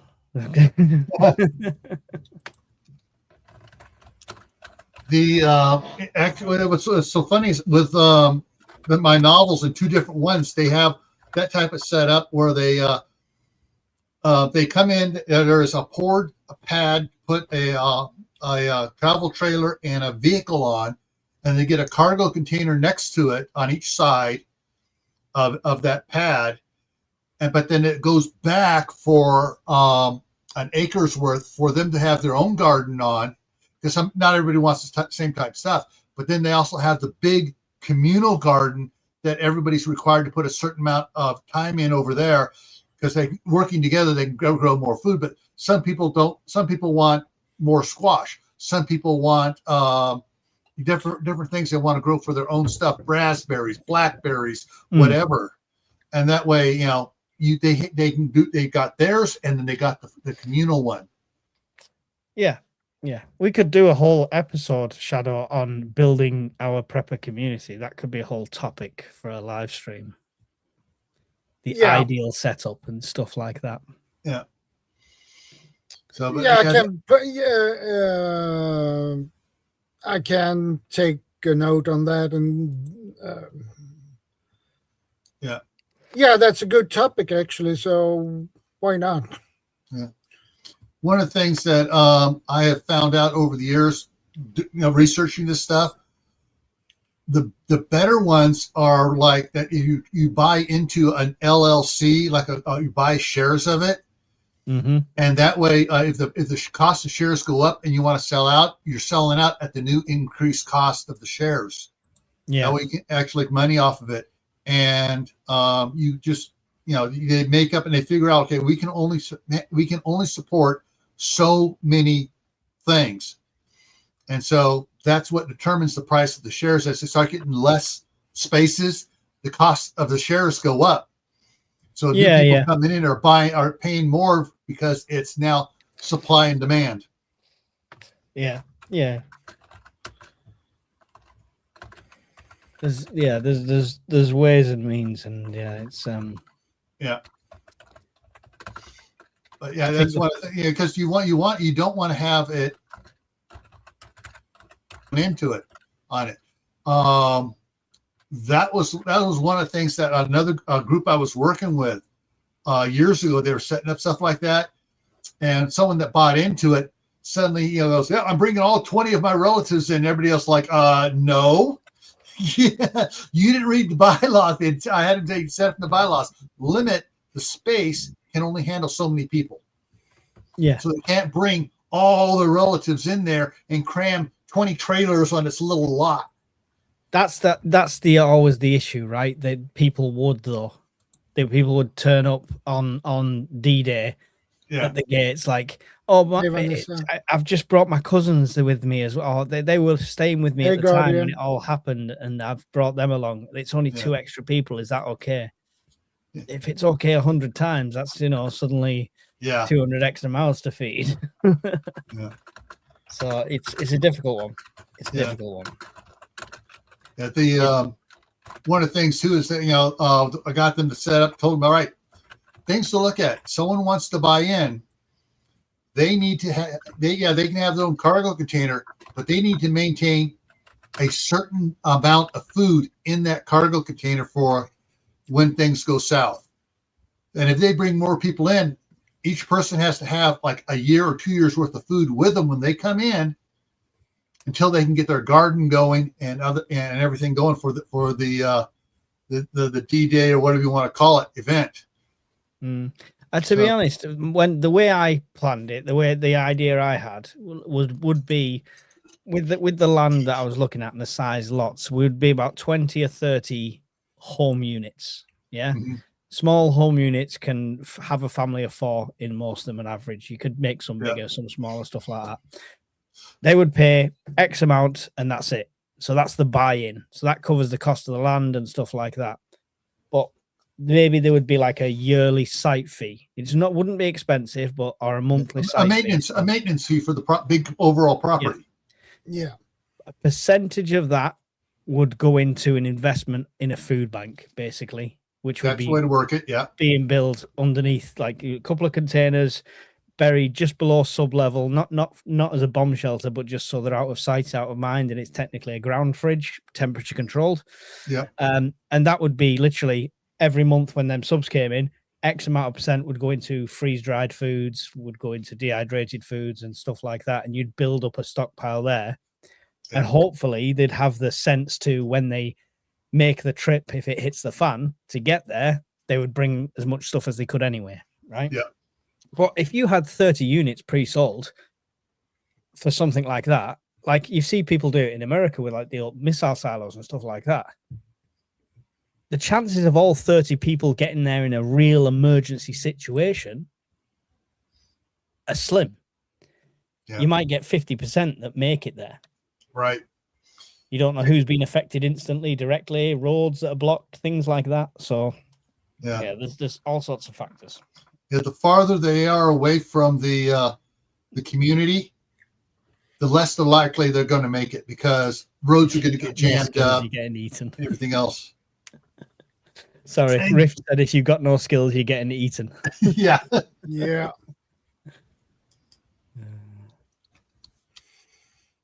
And Vanessa is in the house. Good to see you again, man. And Guardian is in the house as well. Yeah. It's one of those, you know, if you get involved in one of those and it works good and you get everything planned out right, that does take a lot of stress off you. That does help you sleep better at night, because you know, all right, we sold this one to a doctor, this one to a nurse, this one to a dentist, this one to a cop, a veterinarian. Veterinarian, and you look specifically for and market to specific people as well, professions.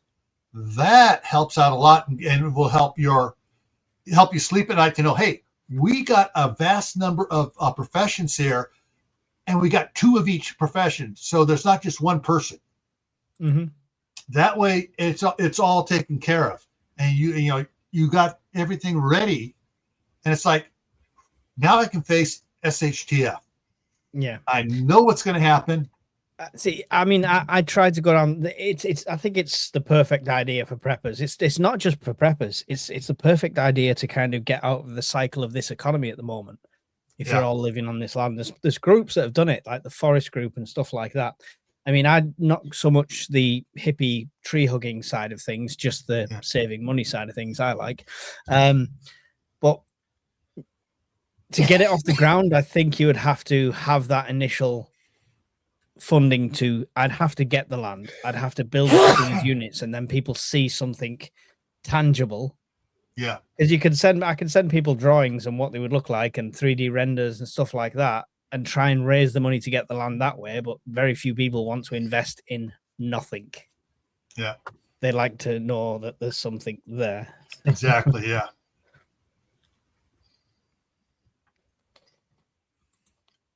So that's the thing is, and if and the one comment, are you prepping for the village or your family? And that's one thing you got to realize too. If you are doing one of these things, there are bad people everywhere. Mm-hmm. There are bad people in your family that are idiots and stupid and are lazy. There's bad people out there that are saying, "Oh, I can do this, that, and the other," and they don't know how to do this, that, and the other. So it's one of those things that you just kind of you got to be careful of. And you, if you're going to set something up like that, Mike, you need to have set up like a corporation, an LLC with rules, with bylaws, and things in place so that if someone turns out to be a bad actor, there are rules there to get rid of them, to get them out beforehand. Oh, yeah, I mean, yeah. There's rules without rule of law to get rid of them as well. Yeah, that too. But in good times, if they turn into a bad actor during good times, you want to be able to get them out and get a good person in there. Yeah. But Vanessa has a question. Does your network take into account you as casualty too? That's a good question. Yeah. And that's one of the things, like just with what I'm doing here, but for my with my immediate family and stuff, and my wife.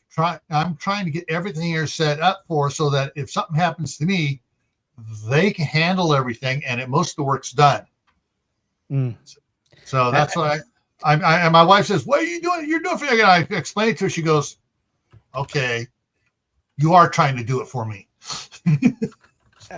Everything I do with my network at the moment is nothing to do with me. I could be hit by a bus tomorrow and the UK Prepper Network would continue. And that's the way I've set it up from day one. Because, awesome. I mean, it's all right saying I'm a YouTuber. This is my Discord. This is my thing. You've got to do everything I say and be with me. Didn't want that. I wanted the UK Prepper Network to surpass whatever I do on YouTube, and I could go off the handle and go completely nuts and off it and disappear, and it will carry on because we've got a team of people running it now. So, in answer to the does your network take into account you as a casualty too? If I got to the point where I was setting this land up, it would work in a very similar way. It would not be Mike with the master gold key. Yeah. It would be a group of people, a council as such, that run it. So Yeah. I'm expendable. It's fine. We know this.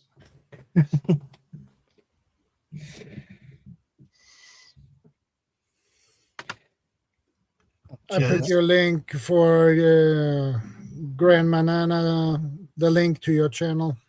Yeah. I should be easily found. UK Prepper usually brings me up. Yeah. That's one of the things that does help me sleep better at night is every time I get one of the projects done here, it's like, yeah, all right, that one's done. Now I can work on the other one to get it ready for my wife and for my grandkids and for my sons. My daughter's already here living across the street. So I'm just trying to get everything set up. So not so that they can be lazy about it and say, oh, Dad gave this to me. No, they know it's set up so they can get there and take care of it and take it to the next level. And they understand that. That's what my youngest son is doing. He's buying all sorts of tools with the job he has in California. He's buying all the mechanical tools, all the skill saws, chop saw, all that stuff. He's just buying the stuff up so that when he does come up here, it's like he wants to be able to retire when he's 40 and just work the land. Mm-hmm. That's his goal. And so, he's buying the stuff now, and he's just, he's just doing that stuff for it. His older brother is just the opposite. He's putting every penny away in a money market account, so it's earning money there, and he's spending very little on anything else. And so when he comes up here, he wants to be able to come up here, build the house, pay cash for it, and be set. Yeah, definitely. That's the way to do it. That's the way to do it. Yeah. I love the idea of the UK Prepper Network. I'm too expendable. I too am expendable. I have a trust set up, so my financial life continues without me.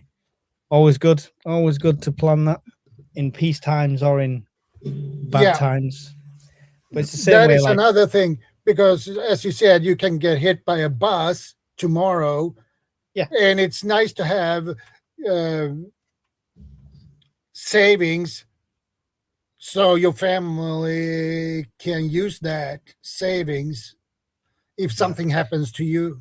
Yeah, I mean, I don't have the luxury of savings, not at the moment or anything like that. I do have insurance through work and stuff, so, I'll get something. But my more so concentration on is if it was a bad thing, then I need to know that they know which book to pick up, how to prepare this, how to do this, how to check for this, how to secure this, and so on and so forth.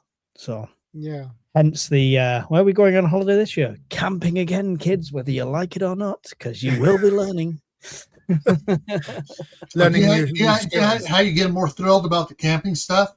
We're bringing the Dutch oven and we're making monkey bread and cinnamon rolls. How to get them unexcited. Can I take my tablet? No, you can't. Yeah. Nope. Denied. Actually, I've got to keep leaning back like this because I have a 24-hour candle burning and I've got to keep an eye on it to make sure I don't burn the house down because it's a test. So excellent. I got a stack of these and I want to make sure it's not false advertising. It's just 24 hours emergency candles. So I thought, how much did you pay for those emergency candles? Well, that would be telling because they'll be available on my store soon if they work. I think I've seen them on Amazon for between £3 and £4. Nothing really expensive. Okay, that's a fair price.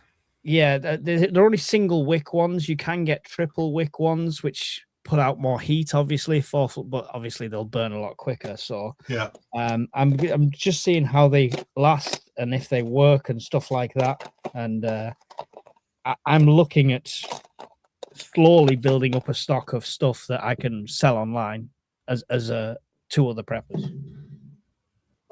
And That's also, a I good like having idea. lots of candles. Ooh. Oh, hang on. I need to reply to this one over here. What's up? Tammy Harder. It was 56. It was 56 degrees yesterday. Now there's 5 inches of snow. Wow. Yeah. Ouch. Fire Dr. Ninja Turtle says, how do you get the grandchildren to put down the tablets and take surviving seriously? Turn the power off. Yep. Turn off the Wi-Fi. Yeah. Oh, Wi-Fi's down. What do we do? Oh, we'll have to play a board game. To be fair, I joke with my kids, but the first time we took them camping, they want to take the tablets. They want to do all that. But as soon as they were out running around and seeing other kids running around in the grass, playing in the trees, suddenly they had sticks in their hands. And I was like, proud dad moment. You're not playing with technology. Yeah. You're shooting each other with imaginary guns. So it's just get them out there. Get them in the great outdoors. Yeah. For my grandkids, when they come over here, they are not allowed to bring any electronics over here. The only electronics over here that they can mess with is the smart TV, and that's on a limited amount of time that they can watch it. But most of the time, they turn the TV on and they just listen to the story going on, and they're playing with the Duplos or the Legos or the Lincoln Logs. They're building stuff with the buildable blocks. Oh, my kids love Lego. Oh, they love Lego. Yeah. Either that or they Danny will come to me. Can I get on the treadmill? Sure. Here we go. There you go. 10 minutes. And he's on there. And the next thing I know, he's over there. He turned it from 10 minutes to 20 minutes. Fine. Run for 20 minutes, dude. And he's out there. He's just on the treadmill, just going along. He's 7. So he's there just trucking along on it. And his younger brother gets on the Gazelle, and he's there just having a grand old time. It's like, yes. Yeah. That would be a great idea for you, Mike, to have. So you can let the kids, they can generate the power. Yeah, we talked about that in the last fireside. There's little cycle dynamos that you can get the kids on them, generating some power. GMA Nana said 100% power off, camping, a great lesson, no phones, no tablets. Yeah. I mean, it's how strict you want to go with it. You don't want it to be, you want them to enjoy themselves, right? You want them to have fun. So if that means on an evening to chill out, they get a bit of time on the tablet in the tent, that's not an issue. Yeah. Just make sure they're enjoying that outdoorsy side of things. Get them involved. Don't be paranoid. Let them use a knife. Let them use a match. Let them start a fire. Let them get involved with it. Axe. Yeah. And that's all. Get them involved with it. The younger you teach them and stuff like that, the better. Yeah. This summer, the youngest one will be old enough for Cub Scouts, but the way the price has gone up so much. But wait a minute. I was a scoutmaster. I got all the books. I got all the Cub Scout books. I got everything.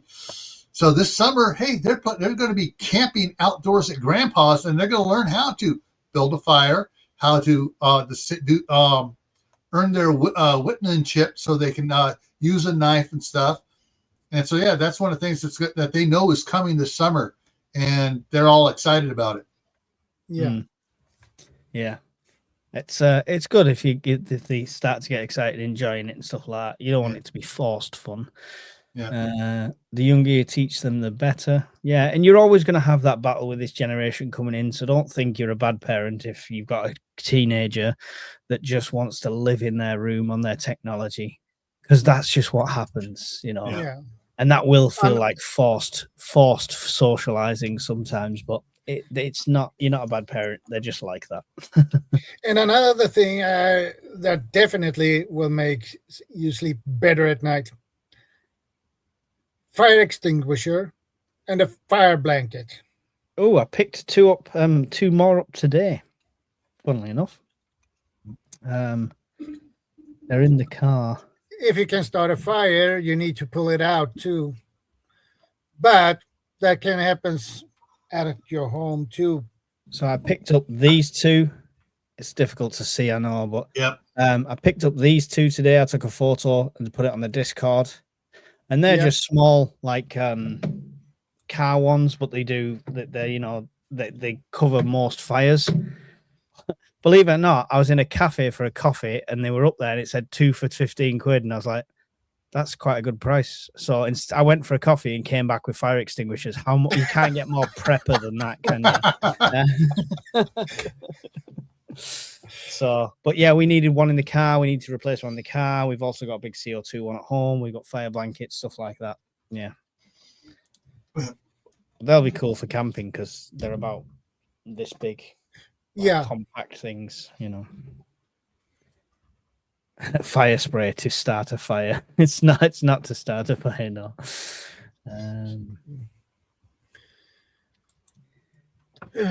Welcome, Lorraine.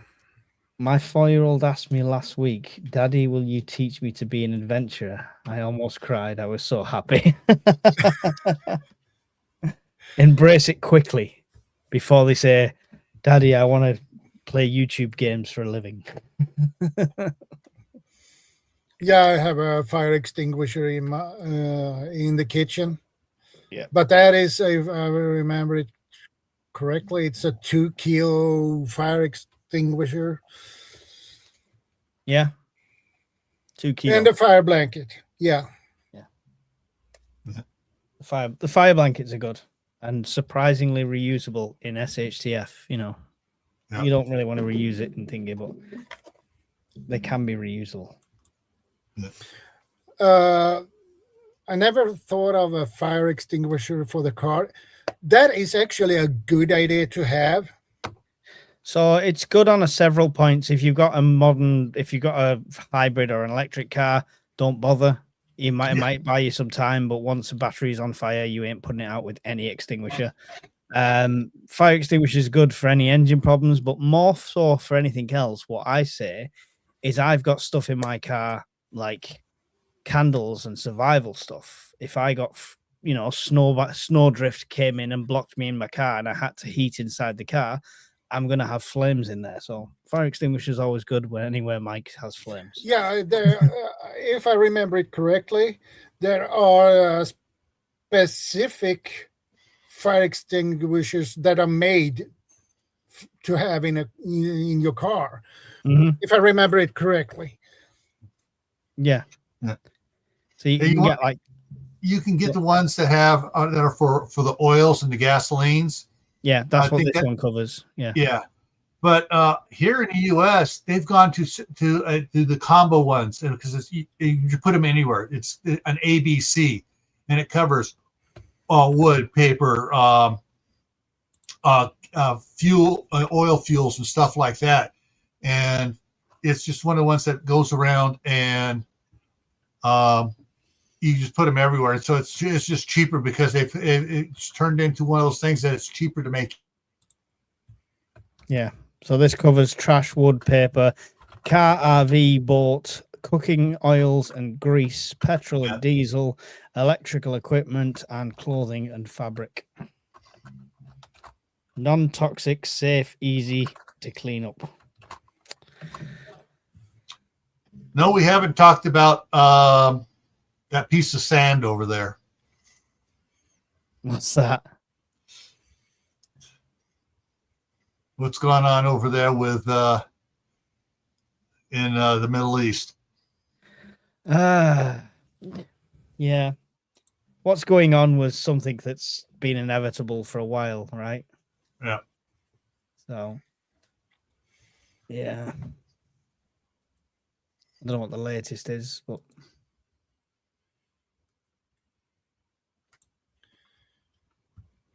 Okay, Guardian. So everybody in the side chat, what is your number one thing that helps you sleep at night? What is your number one prep? Get everybody pick one thing, and we'll see what comes up as the most common number one prep. my axe. Oh, I saw a reel really cute on this. This lady had a little axe. chrome and everything else, and she had it in her purse and stuff.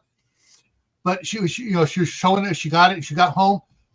She was using it in her kitchen as like the Alaskan knife that's curved like that, when it doesn't have a handle on it, and that's where she got the Oh, axe. right, okay, yeah. And it was the same it was but it had a long handle on it instead of just a little short handle on it. It was like, oh, that is so sweet. It's a cooking knife. Yes. It's an axe.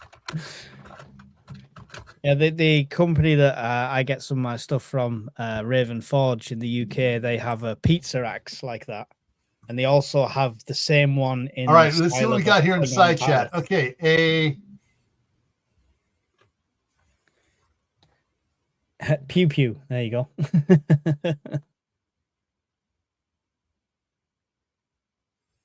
Is Gil frozen or am I frozen? No, you're not frozen. Gil's frozen. Okay. Probably. It happens now and then.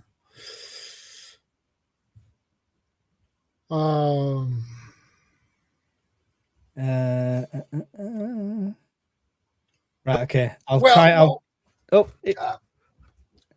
Okay, we're coming back. Okay, I was going to just put something in the chat there to say about it. Yeah, this is now the 4th time today that I've seen the internet do that, and just everything goes.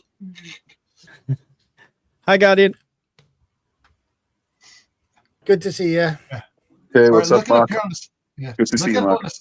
Looking up on the side here, it says these are some of the things. I think this one is just a complaining wife who won't quit. My painkillers, my mobile heirloom seed vault, my herbal learning. Honestly, I'm only 35 years old. Fire and security worries me, but fire and security. Okay, they're talking about it, and they're talking about it's being frozen. My long knife by my bed also helps me sleep. Tammy Hart, it's hard to pick one. So yeah, there's there are. Well, I have my Shadows. His little keep spear. Telling you, Shadow, it's not all about the size. I keep telling you this. You're not listening to me. Hey, what I can do with my stainless steel straw here is frightening.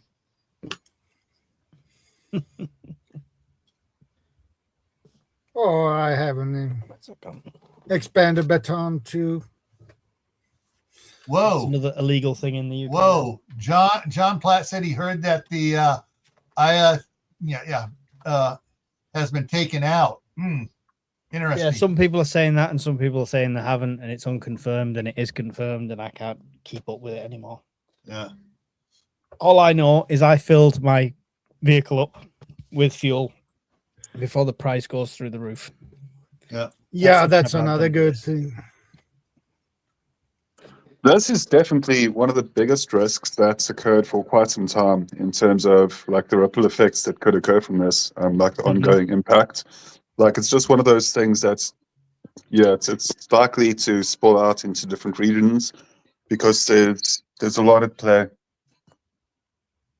Yeah. One of the things interesting what happened just in the last day or two is that some of the protesters were severely injured, and then the military went into the hospital and unalived all the protesters that were in the hospital being treated. I think that is one of the reasons why things are being acted upon is because what's happening to the civilians. And this you can also look up where specific. Hey, Bob. Bob, good to see you, brother. Hey. Yeah. And Tammy says, "Get behind Shadow." So the USS Ford is located in an extraordinarily intriguing position at the moment. If you look it up right now, Shadow, you're welcome to look that up. Look up where the USS Ford is situated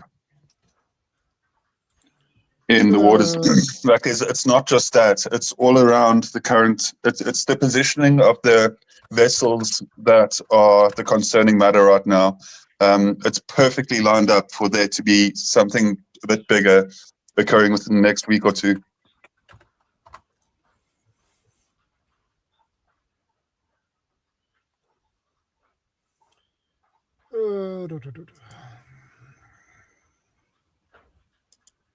It's one of America's most mainline battleships that is out there at the moment, an aircraft carrier support. Yeah.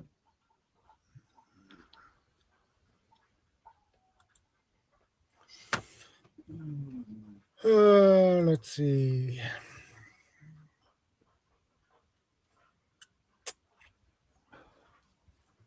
I found it on the Jerusalem Post.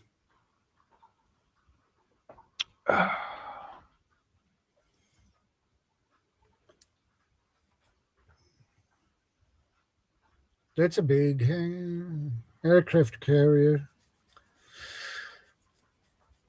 Yep.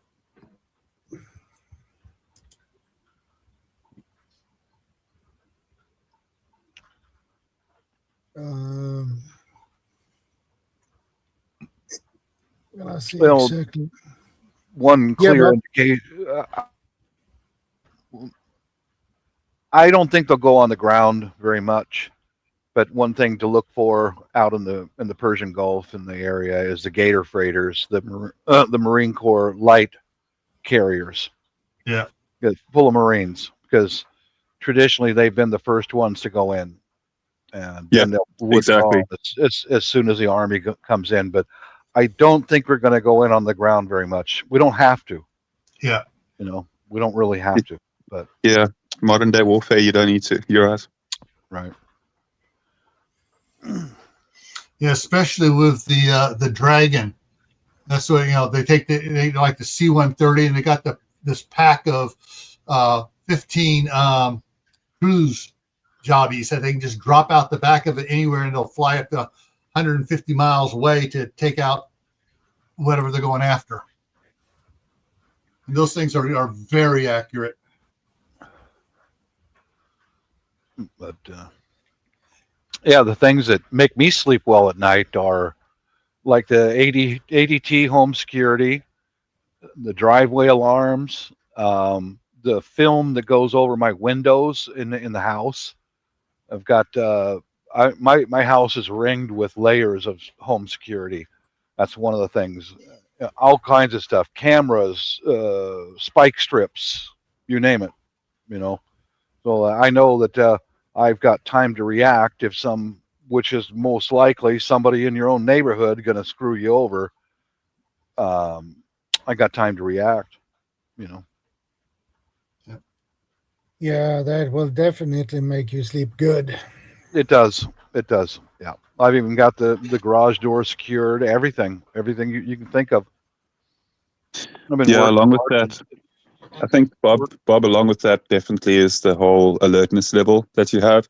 Like, I know that being alert is super important, and that's also just not taking things for granted. Being conscious of locking things up every evening, like when you go to sleep at night. Most crime and burglaries take place during the early hours of the morning. So obviously, yeah, exactly. So just making sure that you're mindful. Mindfulness and alertness will take you everywhere. That's why I put some driveway alarms inside of my car, because car prowling happens at night. Burglary of your home happens during the day when everyone's at work.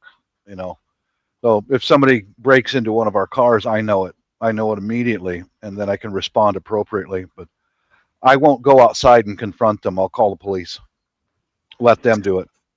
Yeah, it's strange over here locally in South Africa.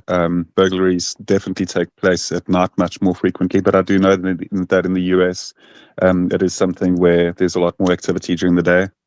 Yes. They wait until people go to work, and then they kick in their door. Good luck kicking in my front door. Good luck. They will probably break their ankle. I agree. Yeah. Unfortunately, the way that it's done here is, and they have usually, and it really is quite dark in itself, so I won't go too extensively into it. but often people wake up and the burglars are surrounding their room, in their room, surrounding their bed, with weaponry held against them. And that's one of the more common ways of some of the burglaries that take place here. Yeah, I've heard of it happen here also. Yeah, but that's the thing is I've done the background. I've done the work to make sure that I'm going to get a warning before they get in. You know, make it as difficult as possible, and then so that we're not in our bed, we're up out of our beds, all of us. You know. Vanessa says, why do you think they would kick it in? Thermodynamics and its applications.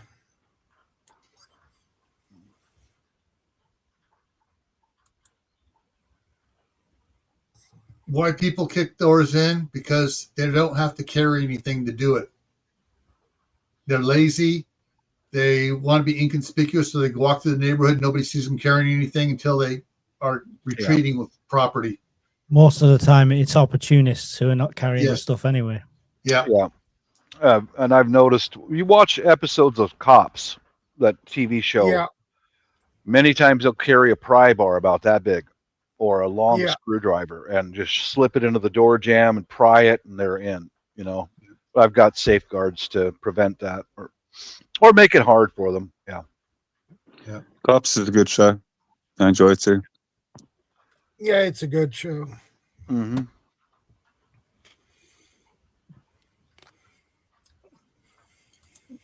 Hey, evil girl. Good to see you, ma'am. So I can just quickly speak to those preps that help you sleep at night as well. On my end, everybody knows that I've become like really obsessive with permaculture, like really just taking gardening to the next level. And I just have like doing a lot of research as to which food grows really well in my area as well, making sure that I've got heirloom seed vaults that are pretty mobile and compact with a lot of like different seeds from vegetables to fruiting trees as well. And then also just the knowledge that you gain from working with that, being able to actually grow food if the shops stop working, if the banks shut down for some reason, like just so many different scenarios in preparedness where electricity could be, jeopardized in those type of scenarios where there's the just-in-time delivery service where you have, your trucking and your shop, your groceries, your supermarkets. A lot of people might remember just 5 years back, a lot of places around the world where grocery stores were just basically flogged by everybody that wasn't prepared, and then everything just kind of diminishes. Now, over a longer period of time, in the case of a WW3 type scenario, you definitely have a situation where food is going to become quite a scarcity, and being able to master the capability of learning how to grow your food. And that's why I won't speak about it too much, like the gardening thing, but I really could, because it's like, that is genuinely like my main passion in life at the moment, is to be able to grow enough food to be able to sustain like a small community in the times of, dire consequences of like a SHTF or anything like that. And obviously water can be covered if you understand filtration correctly, and if you have a couple of like soya money life filters, things like that, Berkey life filters as well. There's a lot of different really good ones, but having the actual capability to know what is also growing in your region that you can eat, you can forage, you can like just grow certain crops that grow really quickly. Like if you grow radishes have put people through like starvation periods because they grow so quickly, and you can also eat the leaves, the foliage. But yeah, I won't continue more than that, but I'm just saying like it's definitely useful to study the world of plants as much as you can. Hey, Diana. Good to see you. Hey, World Tours. Good to see you. Yeah, very smart, because you have options, not only stored up food, but the food that grows all the way around your house. Brilliant. Actually. Yeah, Brilliant. that is something definitely makes you sleep well at night. It does. Yeah. The plant thing, the educating myself on plants is the journey I've just started now. You'll be happy to know, Guardian, because I've started building up my seed bank and I'm going to start growing outside. But I'm very interested in the medicinal purposes for these things as well. You and I could have if you wanted to at some point, Mark, and I'd love to hear the other opinions of the panel, but I just wanted to say quickly, Mark, if you ever want to have like just an hour catch up or 2 hour catch up, I can give you like everything that I know in the space of like, I can cram like your brain as well and teach you all this stuff and like kind of give you shortcuts to knowing like some of the most important like measures to growing really successfully wherever you are. And there's a lot of different like varieties as well, but that's all something that I could get into like as an off stream kind of offline chat with you at some point if you wanted to just like bounce off some information. We'll set that up. I've got chaos this week, but we'll definitely set it up soon because I've started buying the seeds, and I probably need to have that conversation before I spend too much money on wrong seeds. So so we'll sort that out soon. Definitely. You're on the right track, though. You're on the right track, Mark. Mike, you can put your email address in the private chat for Guardian so he can... I think he's got it. I think I've sent him an email in the past. I'll put it in just in case. Just in case. I'm pretty sure we've emailed before. That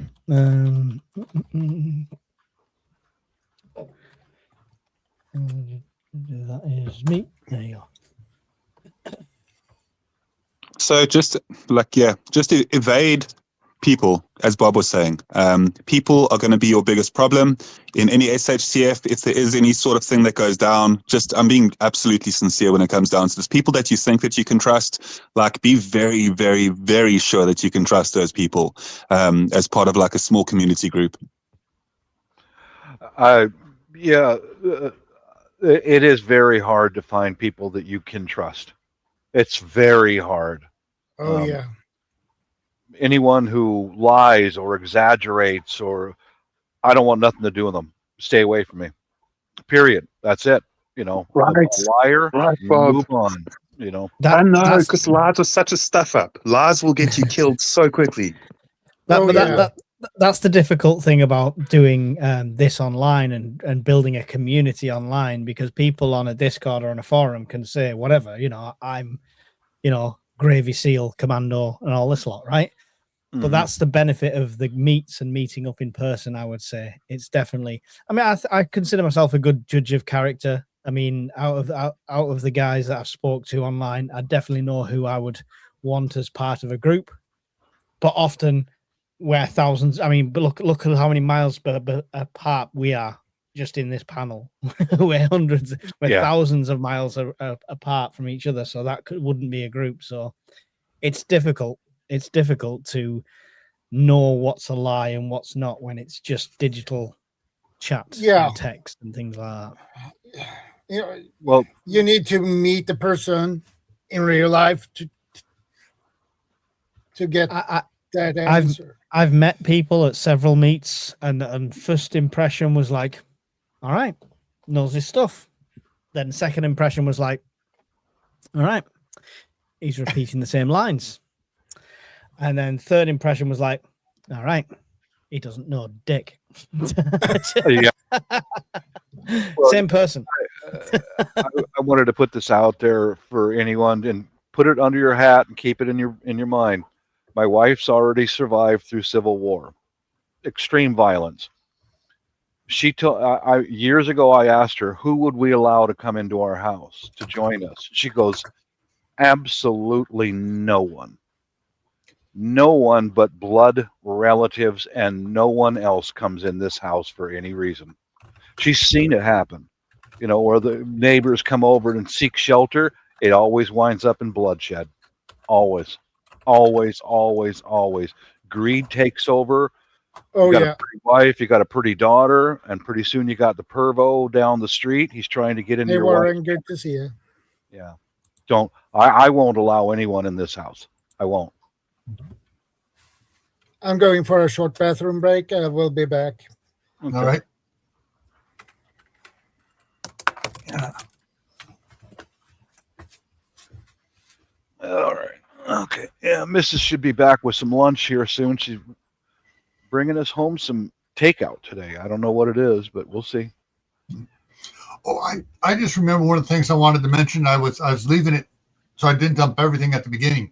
One of the other things to help me sleep at night, perhaps, is all my cast iron. I can cook indoors. I can cook outdoors. I can bake bread outdoors with it over a campfire. Yeah, Dutch cast iron cookware. I love a cast iron frying pan when I was doing the Civil War stuff, but it's not something you want to try and carry in your bug out bag. Just throwing. Yeah, they are heavy. Yeah, but Unless you're using it like the good, the bad, and the ugly, and you're hanging it off as some sort of primitive bulletproof. yeah. So items like that, when it comes to cast iron, not just cast iron, but when it comes to other tools, like the general 5 C's of survival, it says cutting, container, combustion, cordage, and cover, like the general 5 C's. Those 5 C's, you've got to remember that those are the hardest to create items out in the wilderness as well. And one of them being container actually fits in with those cast iron pots as well that Gil's talking about.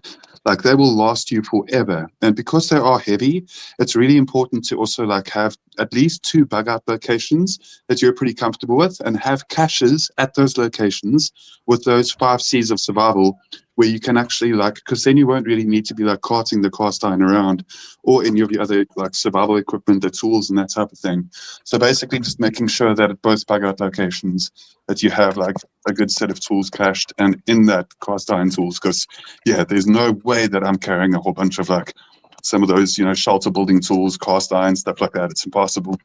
Yeah, there was a desert island survival question, and it was like one thing you could take, and it's like people like saying, "Oh, I'd take my 9mm. Oh, I'd take a knife. I'd take an axe," and mine was a cup. I would take a titanium cup because it's the hardest thing to replicate in like a desert island situation. I can create tools for cutting. I can create fire, stuff like that. But just having a container to boil water, process stuff is absolutely vital. I'll springboard off of what Mike just said. Have you ever been water sick? Oh, baby, you don't want that. Yeah, We call it the double dragon, where it's coming out of this end. And yeah, I'll say it again, guys. I got bad water overseas. I was down for 4 days and 4 nights. Down. I mean, I couldn't help myself. I couldn't help the fan. Nothing. Yeah, boiling water, very important. Even though a nice, clear running stream, whatever, boil that stuff before you drink it. Yeah. My first time abroad, I think it was, Bob. I was quite young, and I just drank straight from the tap in like a Spanish country in a villa sort of thing, just expecting it to be like home. You know, my dad wasn't the most vigilant of people, so I learned the hard way. Yeah, that's how I got sick too, Mike. Same way. Made coffee with tap water. Oh, baby. Fun. That will get you stuck in the bathroom for the next couple of hours. Oh, days. Your days. Mm-hmm. Pretty much the majority of the holiday. I think it was a week long, and it was only towards the end of it that I was like, yeah, I can eat something now. Yeah. Yep. Yeah, boil your water. What's the Yeah, it doesn't take that. Sorry, go ahead. Radishes, though. That's brilliant. Radishes. I could put Yes. those in pots and grow them on the deck, you know, Yep. just as something fresh and available. There you go. cheapest book you'll get? Water. And you know, it basically tells you everything that we're telling you right now, but it's about harvesting and stuff like that. But yeah, they'll tell you the same thing. Boiling is number one. But Yeah. this is the kind of book that I got that I didn't need the information from it personally. However, we talked about us not being here. This is a vital book for anyone else in the family if I'm not there. That's why I get stuff like this. Yeah, And it's water. that makes you sleep better at night too. Yeah, definitely. Water is such a fundamental key to life that having a book like that is amazing. Like obviously being able to just like have something that, because if the lights do go off for a prolonged period of time, literature and books will be something that will become so much more like intriguing. And it has like, there's just so much information because you can't pick up Google or, ChatGPT or any of the like chat models and basically be able to just ask them things straight out. And a lot of it will come down to your experience that you've had in the wilderness. So like any outdoor experience that you've got as well will be extremely helpful. But having like the literature to back it and just to be able to like just have refresher courses. And then if you have the ability to master water, I mean, what a pleasure, right? Like, and there is a lot more that I can guarantee that there's a lot in that book that I don't know. And I'm willing to acknowledge that. Like, there's definitely things that I've learned over time, but I can assure you, and that's a good thing. The process of reading, you're right. It teaches so much in the process of reading, because I think the generation has lost something, like you mentioned with Google, by going, I know the question, here's the question, or here's the answer. This little segment is the answer. Whereas if you didn't have that search, you would read through that book and you will find your answer, but you'll learn 3 other things in the process of that. True. Yeah, I So agree. I think they've lost a lot, this generation, the fact that they can Google an instant answer now. Yeah. I mean, I'm sure, Bob, Gil, I'm sure you're like me. At some point, we've been in a library going through several books trying to find some information that we've been looking for. It's not a case of just Google it and it's there. You're looking through book after book after book and trying to find something. Yeah. Well, I'm talking about radishes. You guys make me spend money like Mike. I just ordered some radish seeds. I'll grow some in a pot on the deck. I don't particularly care for them. Neither does a wife, but we'll have them if we need them. So. Good job, Bob. I love that. And Bob, at least if you don't eat them, you can put them out there and lure in the raccoons and trap them. I put in an Air Force request, cruise missiles for raccoons. So I'm not sure there's going to be many of them left. The East Coast raccoons. What happened with the West Coast raccoons then? They're okay. We'll leave them alone. But the ones east, on the East Coast, airstrike. You're going to hit them all. Eventually, we'll get the right one.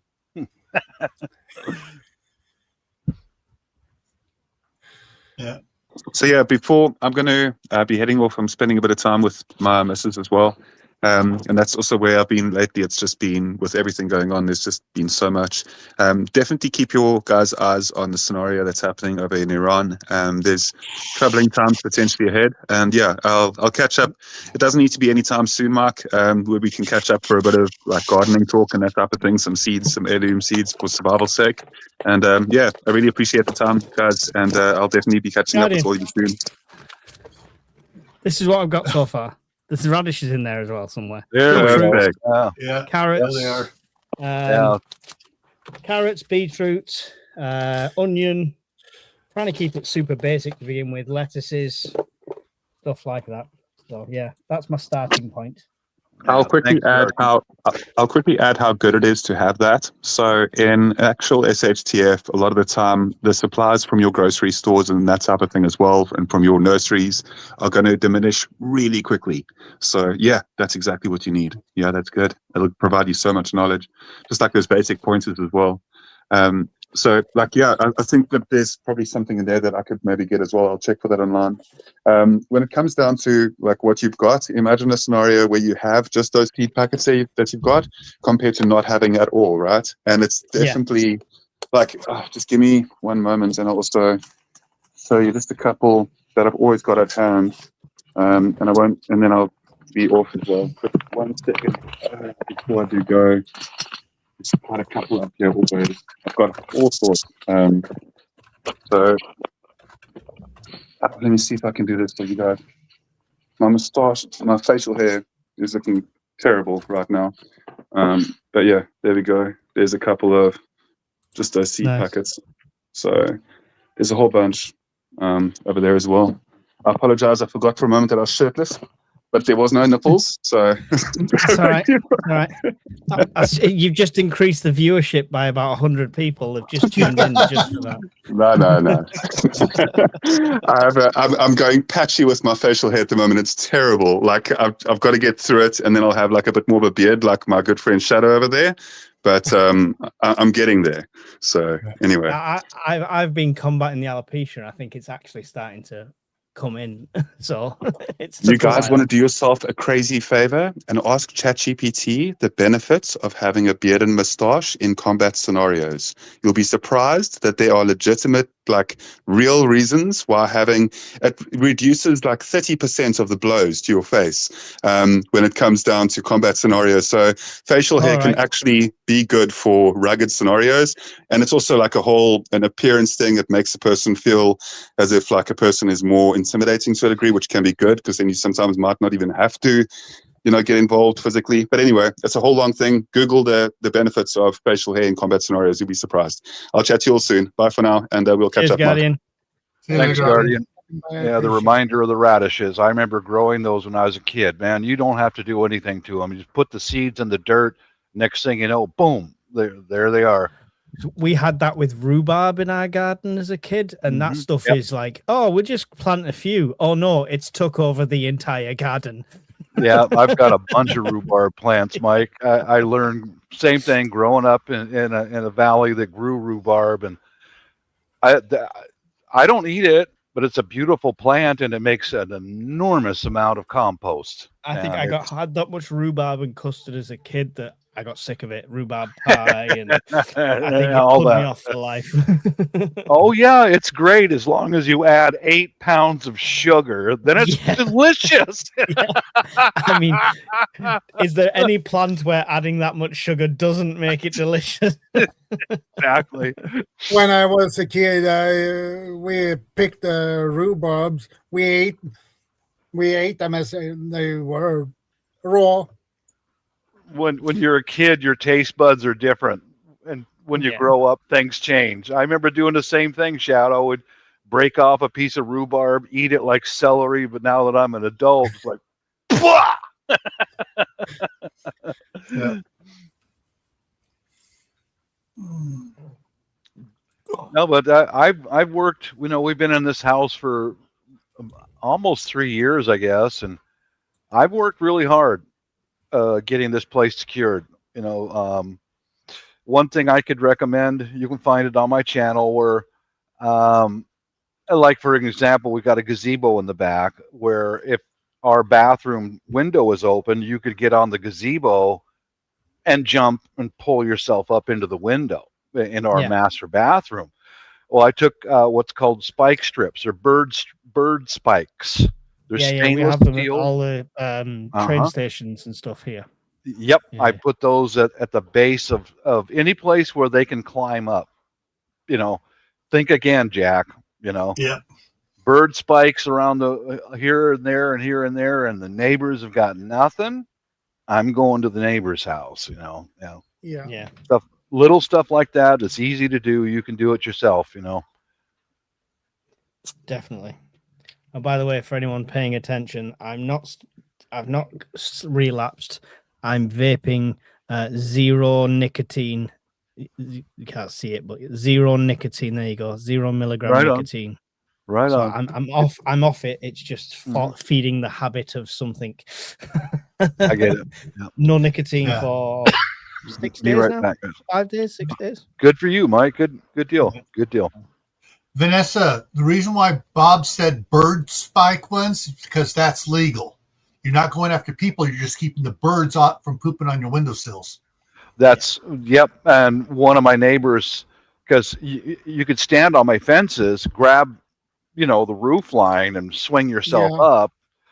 And they go, what's that? I said, oh, that keeps the raccoons off my roof. Yeah. That's what I told them. Saves air striking them, right, Bob?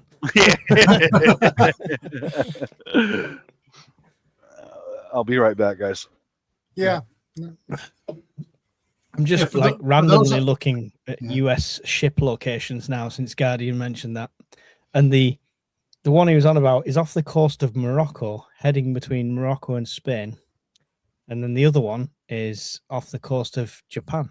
So I'm not sure what's going on. Yeah. I don't know. Hey, Little one everybody. tripper, good Hi, to see Dr. you. Nick.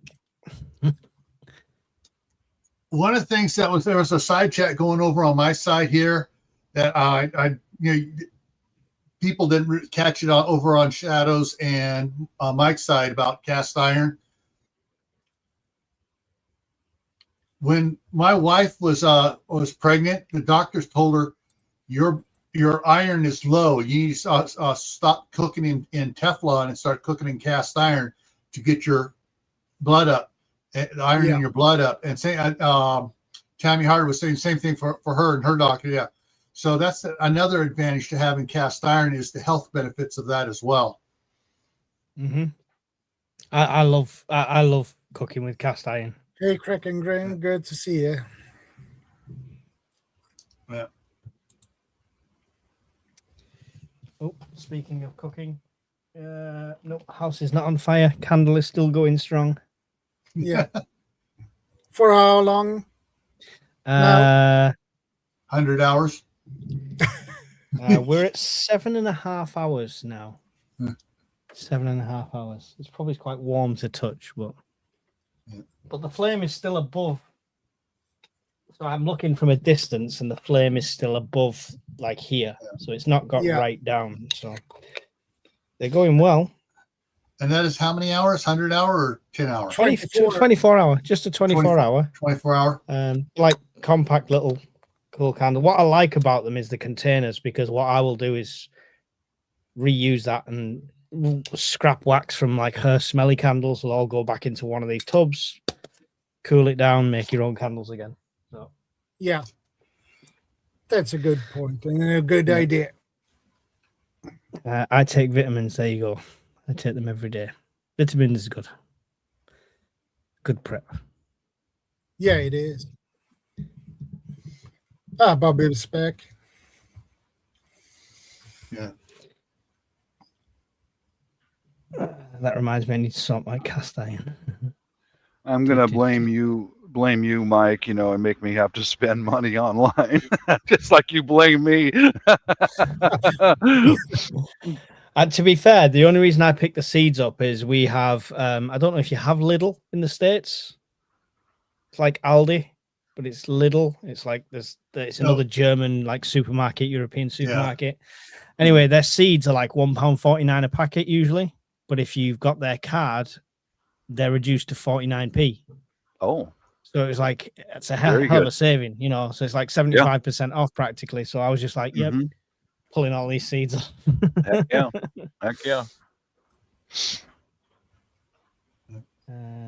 I do like the idea of the little seed banks you get on Amazon, like the big packs, but I question, how good are they? Is it the cheapest seeds possible thrown together to sell?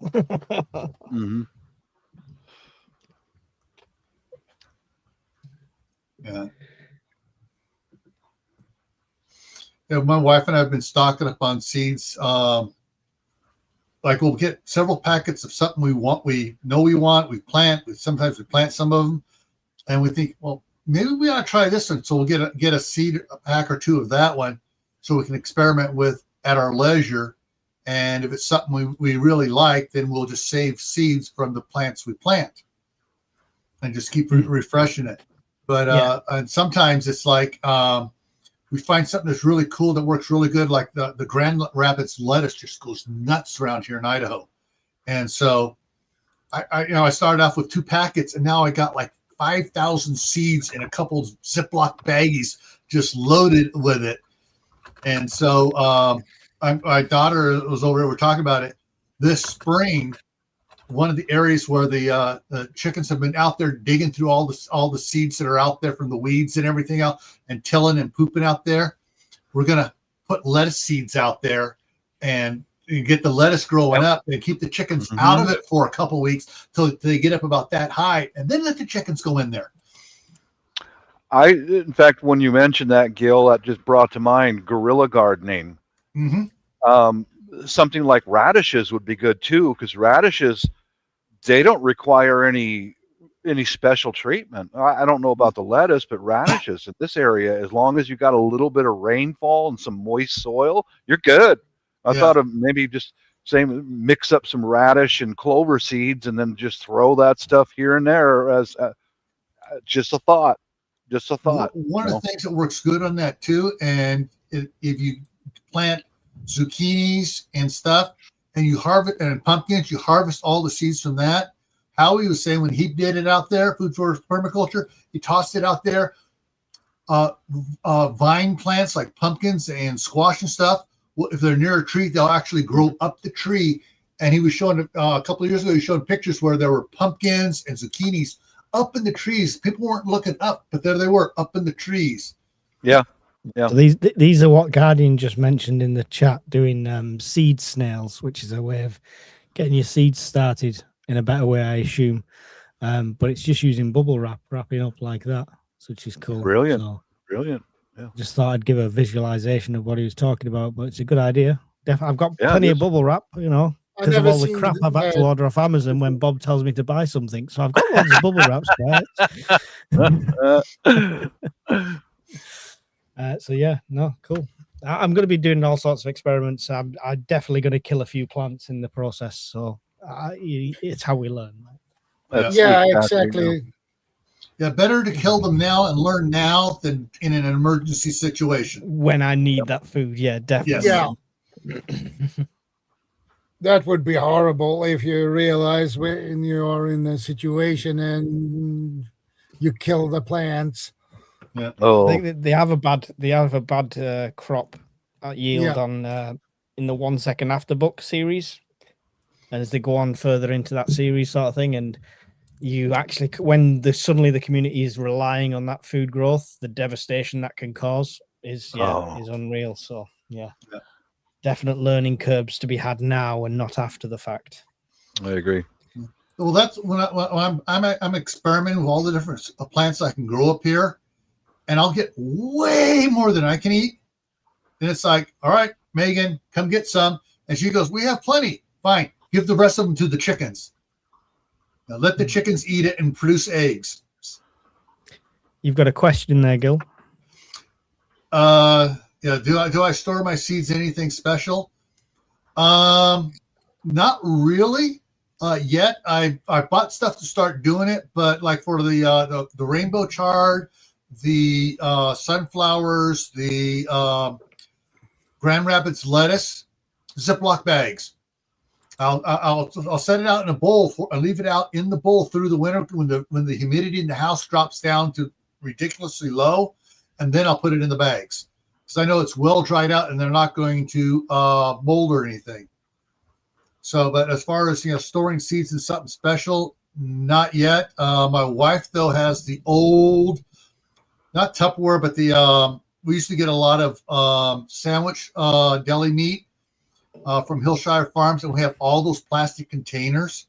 And she has plastic containers full of rainbow chard, plastic containers full of Swiss chard, plastic containers full of sunflower seeds.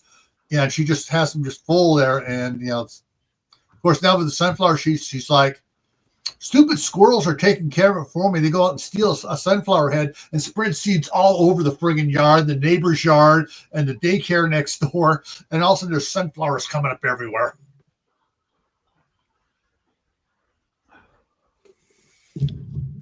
Guardian says, get glasses cases for spectacles, tighten it with rubber bands, store those in waterproof bags. Yeah. Yeah. I just thought it looked cool as a seed bank. The fact it's an old CD case. That's all it is. Where you used to have the little plastic wallets for CDs in. But I just thought, I'll repurpose this. It looks good. Yeah. I don't know how sealed it'll be, but it works. It keeps the moisture out. Nobody wants wet CDs, right? So I agree. No. Yeah.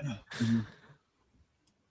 There, I bought some a year and a half ago that these insert things that go in a three-ring binder, and it's got pockets to put the regular seeds you buy. You can put the seeds you buy in the little envelopes in there. all my envelopes, I save them. Even when I've used all the seeds, I'll save them, and that way, if I need something to put seeds in, I can put them in those. I just write on it if it's the same seeds or if it's different. I'll write on what it's in there. And one of these days, I'm going to get around and putting all the seeds into those pocket things, so I can just have the book, pick it up, flip through, and find the seeds I need. Mm. But when I got it, it was like 50% off on Amazon, and it's like, this is cheap. This is dirt cheap for it. So I got a bundle of them. So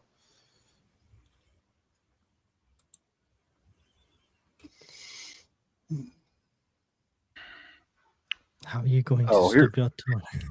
Here's a tip for you, Mike. When you get some place and start growing your own food, your climate is the same as here in Seattle, rainy.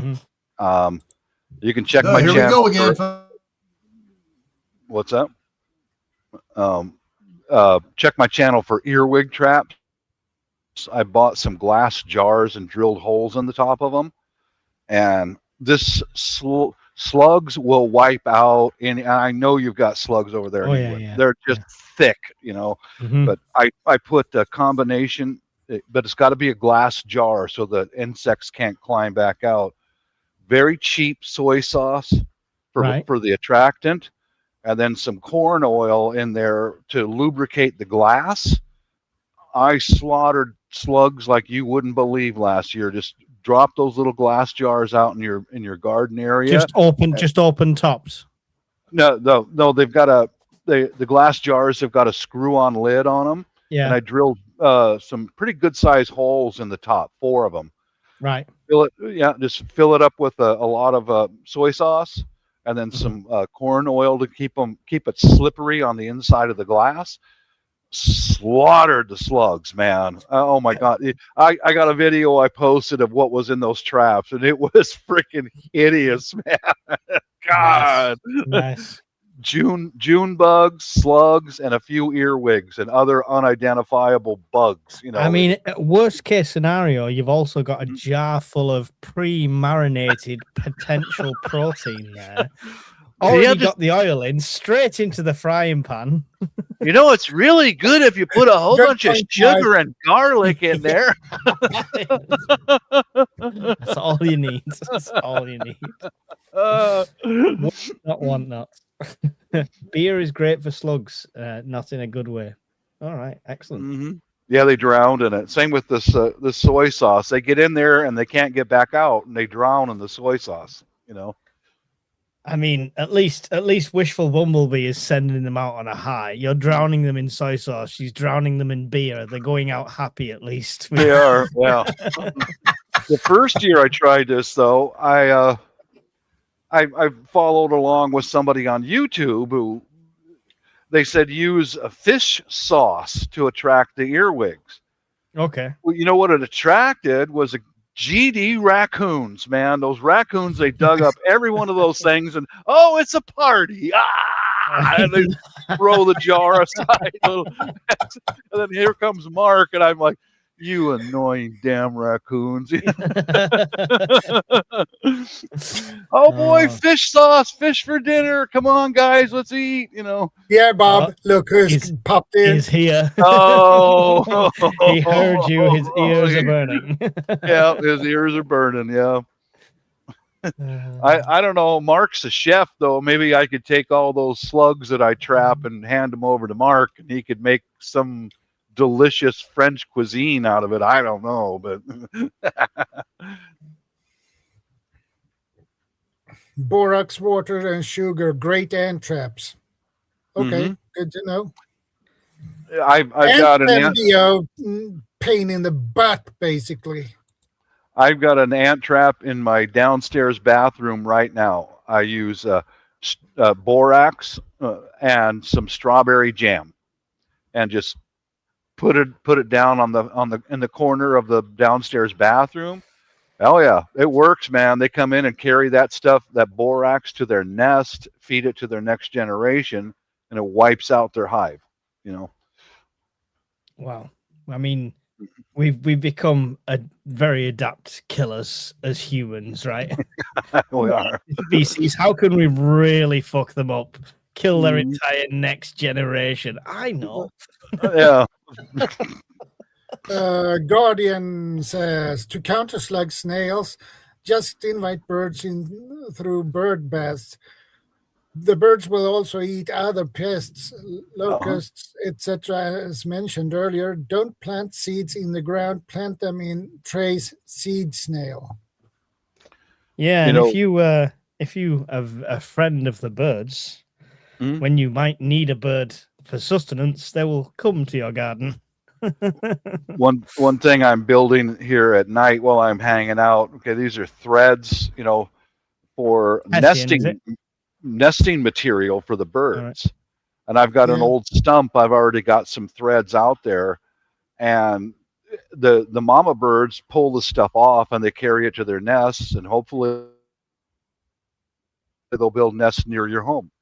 Slaughter more of the insects. Birds, you want them, man. They're the top predator for insects. Homegrown chemical warfare. Yeah. Yep. Guardian says planting seeds straight in the ground without looking after your seedlings first is madness. Yeah. Yeah, Yeah. that's if you're going to do that, it's okay if it's like on mass, right? Mass fields of seeds and stuff like Right.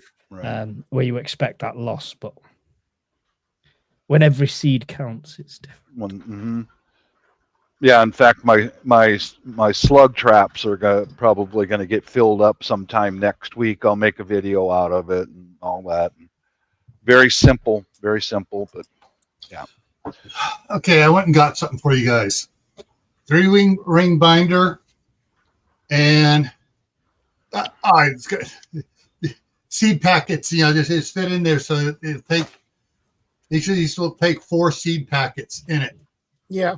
So I just haven't gotten around. I just stuck the one in there just now, but I should have grabbed the one with the yellow on it or something instead of the green one. But there's that, and that the other thing that like my wife got these little envelopes things, and so put on it here. It says small cherry tomatoes, and lets me know that's what she grew last year.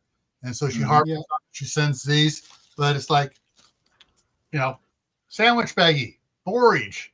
Look at all those seeds. Yeah. That's borage. Yeah, I got some borage seeds right here. Yeah. I'm gonna give that a try this year. Sunflower seeds. These are the small one. This is a very it's kind of an orangish, burnt orangish sunflower. It was one that we like the colors of, and then this one is was a reddish sunflower. So we got extra. So we saved that so we can plant those and have more colorful sunflowers around.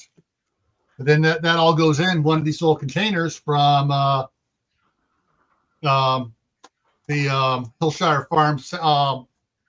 Yeah. Okay.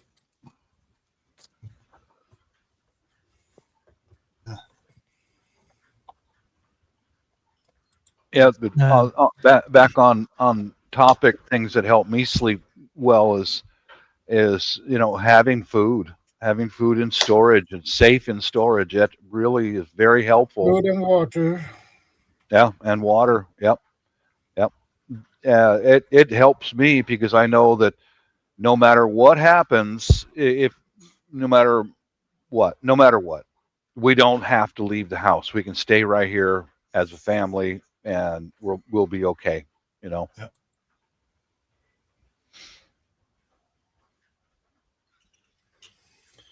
Guardian says grow globe artichoke. That's one to add, Mike. The artichokes are edible, and so are the inner stems of the plant. I'm a fussy eater, so I've got to grow a lot of this thing and try it to make sure I am actually going to eat it. Yeah. Well, if all else fails, Mike, I'll send you some rhubarb. How's that sound?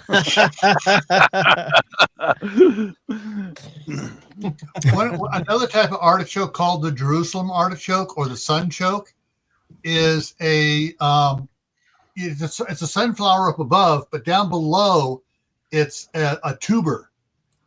and it's a more healthy tuber than potatoes are.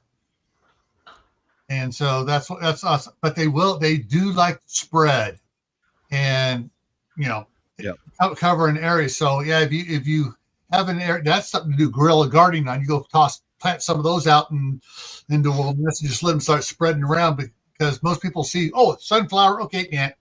They don't realize that the tuber is the part that provides you with the starches and stuff you need for stuff, and you just substitute that for potatoes and stews and stuff like that. Well, I'm going to respond to a comment in the side chat. The sofa survivalist, grow what you eat. By the girth of the sofa survivalist, he eats everything. Yeah. He plants his KFC, so it's fine. He throws his chicken into the. Did you see what he grows lately? He took a bucket of chicken out there, killed it, and tossed that, and also. It's great. It's great. Somebody will take that as gospel advice and be trying it in the apocalypse. Oh, why is my chicken plant not growing? Chicken plant. It's sad, but there are some people who just don't know. They might actually try that. The detachment from food in this generation is beyond scope. It's like they don't know what is meat. It's this little pre-packaged red thing in the supermarket. That's all it is. Yeah. Mm-hmm. Yeah. I'll eat my hamburger and pet a cow and say I'm a good person, and that's chicken nuggets grow chickens. Oh, right, okay. So you got to plant the nugget to get the full chicken. Nugget. Oh, I got it now. I'm good. Okay, I'm gonna survive. Oh, I'm gonna make a fortune. Right. So silver for chicken nugget seeds. That's what I'm gonna do. That's gonna be my shop front. And when the apocalypse hits, well, 1 ounce of silver, I'll give you 2 chicken nuggets, which you'll grow chickens only if you look after them properly. If they don't grow, it also works, that's Mike. your fault. The little chunks out of the donut holes, you plant those and you get donut trees. A donut tree. That'd be all right. Sort the police out, no problems. Yeah, I was going to say every cop in the neighborhood would be over at your house. Your house is going to be well protected. Yeah, that's for sure. I do love a bean burger. I need to get some pizza plants. There you go. I mean, it's just all of these things are great ideas. They've just not been invented yet. It's fine. I always liked do you remember the Back to the Future films? Yeah. One of the little nuggets from that always reminds me of Mark now when I see it. Is she pulls out this Pizza Hut pizza that's like this big, and she puts it into the machine. Rehydrated level 3, please, and it bloop blops and it comes out and it's a full steaming hot perfect Pizza Hut pizza. I think that's the pinnacle of prepping. If we can have little boxes of these rehydratable pizzas, that'd be all right, man. You'd eat well. Yeah. For me, I'm going to go into a growing mayonnaise. That's what I'm going to go into. Growing crops of mayonnaise, little jars of mayonnaise popping up out of it. I'm trying to freeze-dried pizza. Right. Okay. So here's a genuine question. You've mentioned mayonnaise, and I know you're having a laugh with it, but this is genuinely something I've been looking for. Because I've got a lot of pasta and I've got a lot of tuna, so mayonnaise is all I'm missing. But it doesn't keep well because of the ingredients, obviously. Is there powdered options? You get powdered eggs, you get powdered milk. I've not seen powdered mayonnaise. Or could you make your own powdered mayonnaise with the powdered eggs and freeze-dried mayonnaise? Some things, but shoot, I just saw a thing on to do it using bacon grease and add the other stuff to it to make your own mayonnaise, at a time here. All right, here we go, Shadow. Yeah. All right, so ready for it? You need to learn how to grow your own food.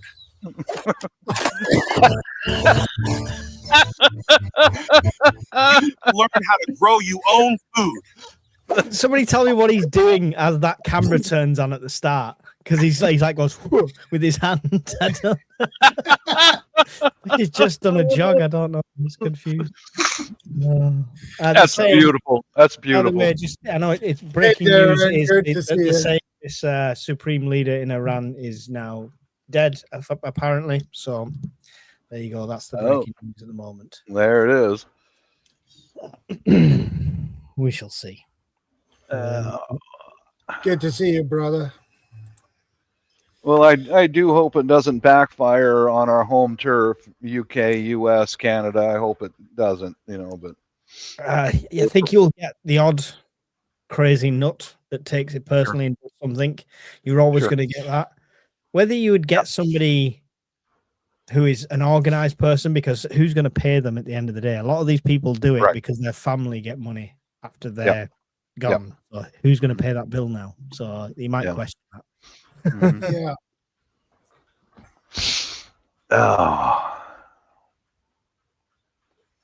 Well, as long as I don't hear anything any detonations in my area, I guess they're going to be pretty good, Yeah. I mean, I'm city center, so we get detonations regularly. It's whether it's loud enough to be concerned about is my question. I'd say that them and the cartels that are here, that's a concern. But we're preppers, okay. Be vigilant. Be vigilant. Yeah. Be vigilant. Yeah. Be ready. Be vigilant. Yeah. Because that kind of stuff can kick off anywhere. Yep. Definitely. But never fear. We have Mark. Y'all talking smack about me now. I have to come up. But never fear, the sofa survivalist will save us all. Yeah, man. Yeah. I watch everybody else's videos. I'm gonna live forever. Love it. World survivalist Alan, he put up a new video today, 8 hours ago exactly, and the title on his video, at least on his thumbnails, says something's wrong with the world, or is it just me? Why does it feel like something is wrong with the world? Yeah, and you know what? It's a good video. It's a great video. Go and watch that when you get a chance. But he's got a point of, I think a lot of people have felt the same since our lockdowns and things like that. I don't know about you guys, but time's going a lot quicker, like super fast. It's like, where did 2025 go? Where did 2024 go? I know as you get older, it tends to go a bit faster anyway, but it feels even more so recently. Yeah. I don't know if that's just because of the speed of the news coming in. I mean, we're in March already. Oh, nah, not yet. One day, tomorrow. 2 hours. But you know what I mean? Any minute for you and 12 hours for me. Yeah, but it's still, that's the first 2 months has gone. The first week of January was like apocalypse news after apocalypse news. Venezuela invaded, stuff like that. And then the last 2 months, weather. Just blink, it's gone. Yeah, weather as well. Yeah. Not that everybody on that watches these 3 channels hasn't already gone there, but there's my newest plant your own food video. There you go.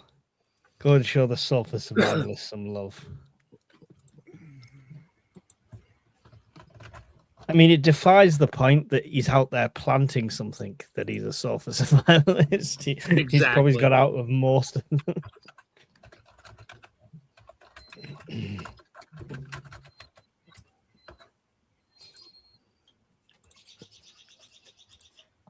Trying to see.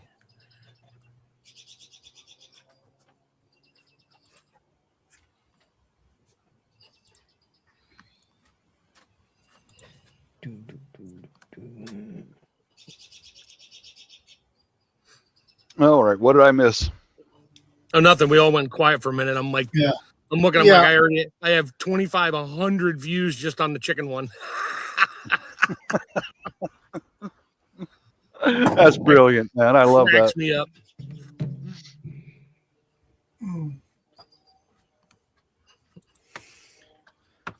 Darren says the problem is all about greed, power, and resources. All under one word is evil. It's sin and it's evil. All of it. Yep. But Where the I've heck had is that wife of mine? 8,700 views just on those 4 videos. Of course, they're only 8 seconds long, but I don't care. I got more subscribers on that channel than I do on Chef Tech and Mad Chick combined right now. It's kind of fun. Although Chef Tech's starting to kick up. I just got to put some more stuff out. Yeah.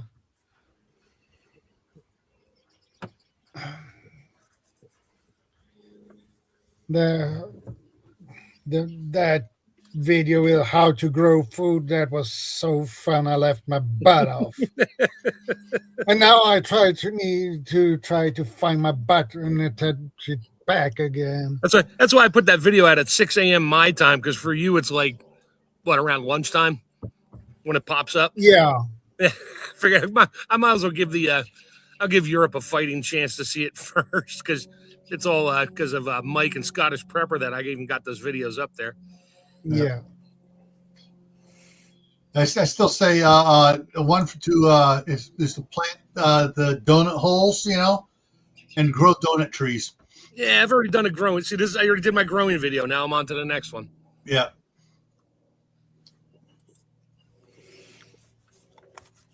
I take a note on that, Darren. Yes, I sleep well at night just with pretty much what I got. It's taken me a decade or more to get there. And yeah, I literally go to sleep at night thinking about going to sleep at my cabin. I mean, that's my easiest way to go to sleep. I lay down and close my eyes. I'm like, yep, I'm in the cabin now. And just go right to sleep comfortably. I got stuff out there. I got stuff here. And pretty much now anything I get now is just kind of upping my game on stuff. What I have is fine. But if I see something that I really think will help me out a little bit more, I'll trade out. Although I rarely trade, I usually just keep everything because, yeah, I do that. Kind of running out of space at this point, so. Future subject for future is AI helping or hurting the world. With what I've seen on Facebook, it's hurting. Yep. All it does is get people mad because they do something just to get people angry and mad. So it's like, yeah, it's hurting.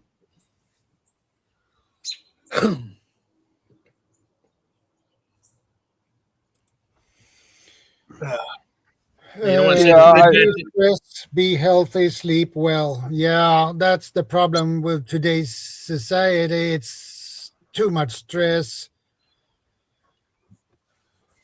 Yeah, my job. I went from working out in the field for 18 years for my company, or any company really. I mean, my whole life. Now I'm working from home. My stress levels went to almost zero because I don't have to personally deal with any of these people.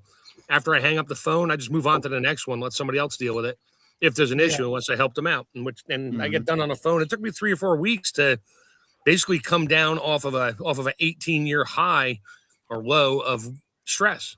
I mean, I'd go to bed at night just waiting for my phone to ring that somebody had an issue, and I had to wake up and get dressed and jump in the van and go fix crap. Now it's like 4:30 my time. Nope, log out, punch out, shut everything off, go do whatever I want. And I don't take any of it with me. I laugh about some of the conversations I have, tell stories about it, but that's about as far as that goes. Yeah. So stress has helped me sleep more. Lack of stress. Yeah, Grumpy, I sleep better in a tent than home, actually. Yeah, I sleep better at the cabin. Open the window, fresh air blowing all the time. Yeah. I like when people say reduce stress. It's like, I've got 6 children. Well, that's self-induced stress.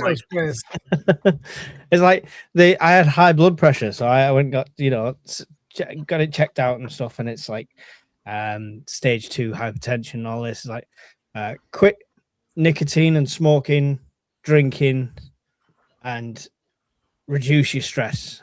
I'm like, I'm like, oh yeah, you got me quitting a addictive drug and telling me to reduce my stress at the same time. It's a bit of a contradiction.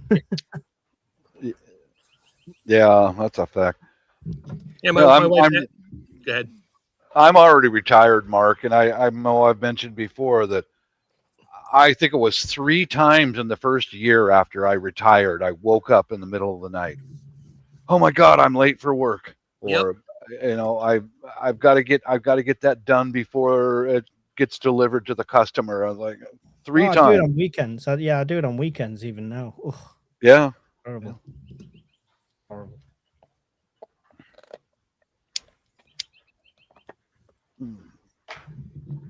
Yeah, I don't think my job's going to get taken over by AI anytime soon.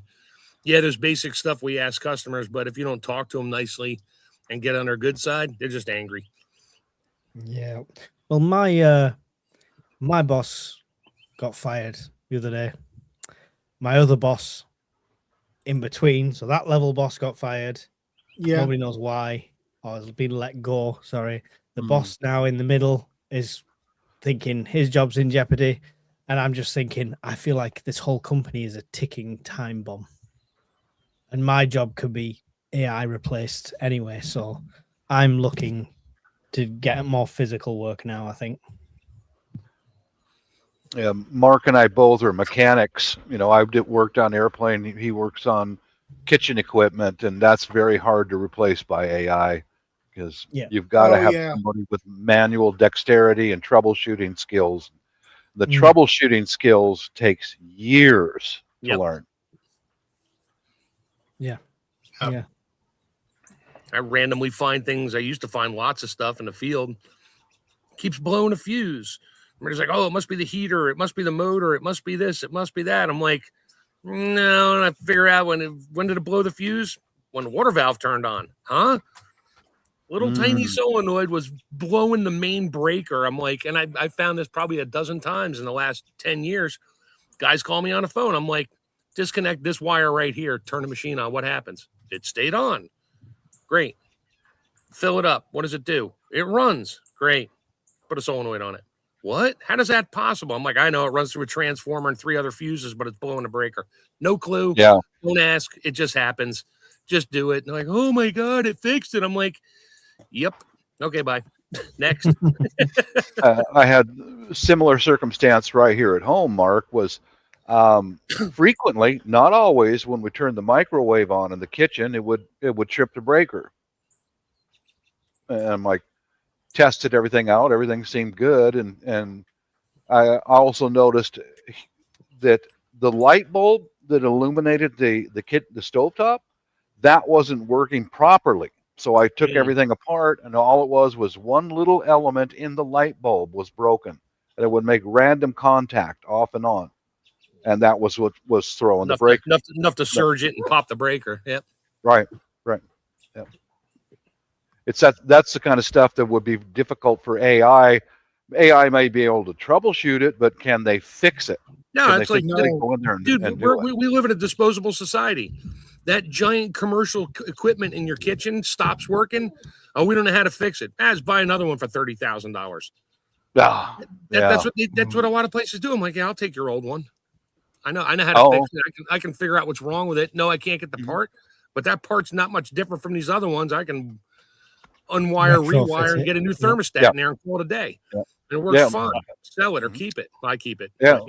But, I could have replaced the whole microwave, but instead I just replaced a $2 or $3 light bulb that was, shorting out, and I fixed the problem. That's one benefit of being a mechanic, is that's hard to replace with artificial intelligence. Yeah, the same with the car mechanics. You can't replace them with AI. Yeah, that's nearly impossible. Well, I don't know. Robots with AI combination. Everyone's job's going to be out. And Grumpy Adventures, that's not a sensible suggestion. Only because I've looked into it and you only get 30 quid per donation. So to make a decent living, I'd be in there and I'd have blisters. Blisters. Well, Mike, Yeah. never fear that eventually the child support does stop. I've been right where you're at right now. I know what it's like. So Yeah, that was another eventually it end of the it month does stop. payment that cringes when I see it leave the bank. Oh God. Yeah, there goes. Yeah, you're crying blood when you see it leave the bank. Mhm. Yeah, I was paying almost half my income on child support for years. You know, I paid support until my sons were 21. You know, so Mad in it. I gotta say, I've never had to worry about that. yeah, Well, my 3 kids are over the age of 27 now. They've been Yeah. on their own for 7, 8 years. And yeah, I'll throw them stuff every now and then, like food and whatever, and mail them things. I'm like, you need help? Well, not really. Yeah, fine, whatever. I just send them something. Like here, my one daughter comes to the house here and watches the dog for me on and off. So I'm like, yeah, go shopping in the basement, sweetie. Take whatever you want. Well, she's like me now. She's got 2 freezers and a little apartment. And I asked her, I said, hey, I just picked up 40 more pounds of chicken. I'm like, you want more? She sent me pictures of her freezer. She's like, no. no. I'm like, oh my God, she's me. Damn it. Well, at least if her freezers are full, it means they'll last longer during a power outage. Oh, she knows that. She's well aware. Mommy taught her that years ago. A full freezer is a happy freezer because there's no airspace to chill. You got thermal mass in there keeping it cold. She's lost power for a day. She just doesn't open the freezers. She's like, they're fine. She keeps them down to 10 below. So, yep. By the time they get up to, it would take probably a week for anything on top to just get close to thawing temperature. It'd be close, be in the high 20s, but still frozen. And she just eats the crap out of stuff then. Yeah.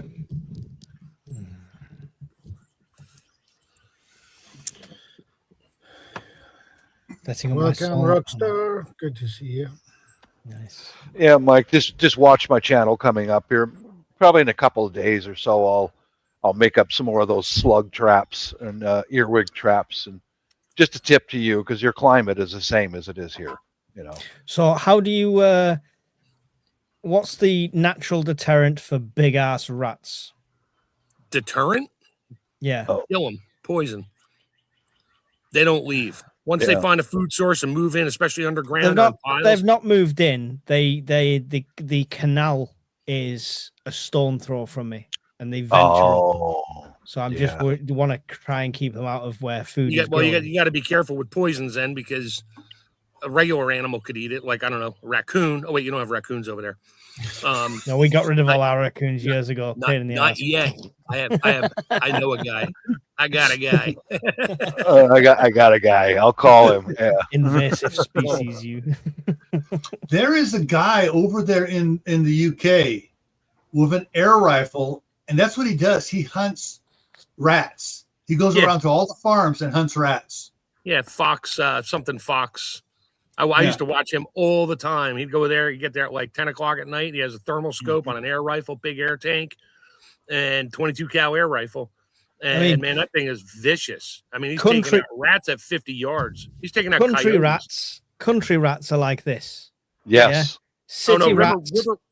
City rats are like this. Cats. They've got a leather jacket on and they're smoking a cigarette usually. Well, in that case, you want the 25 caliber air rifle. That'll take care of them. No, just get an airstrike. Bob can arrange that for you. Yeah, I'll call him. Yep. Mm-hmm. Yeah, Mike. Really, for rats, Cats works perfectly.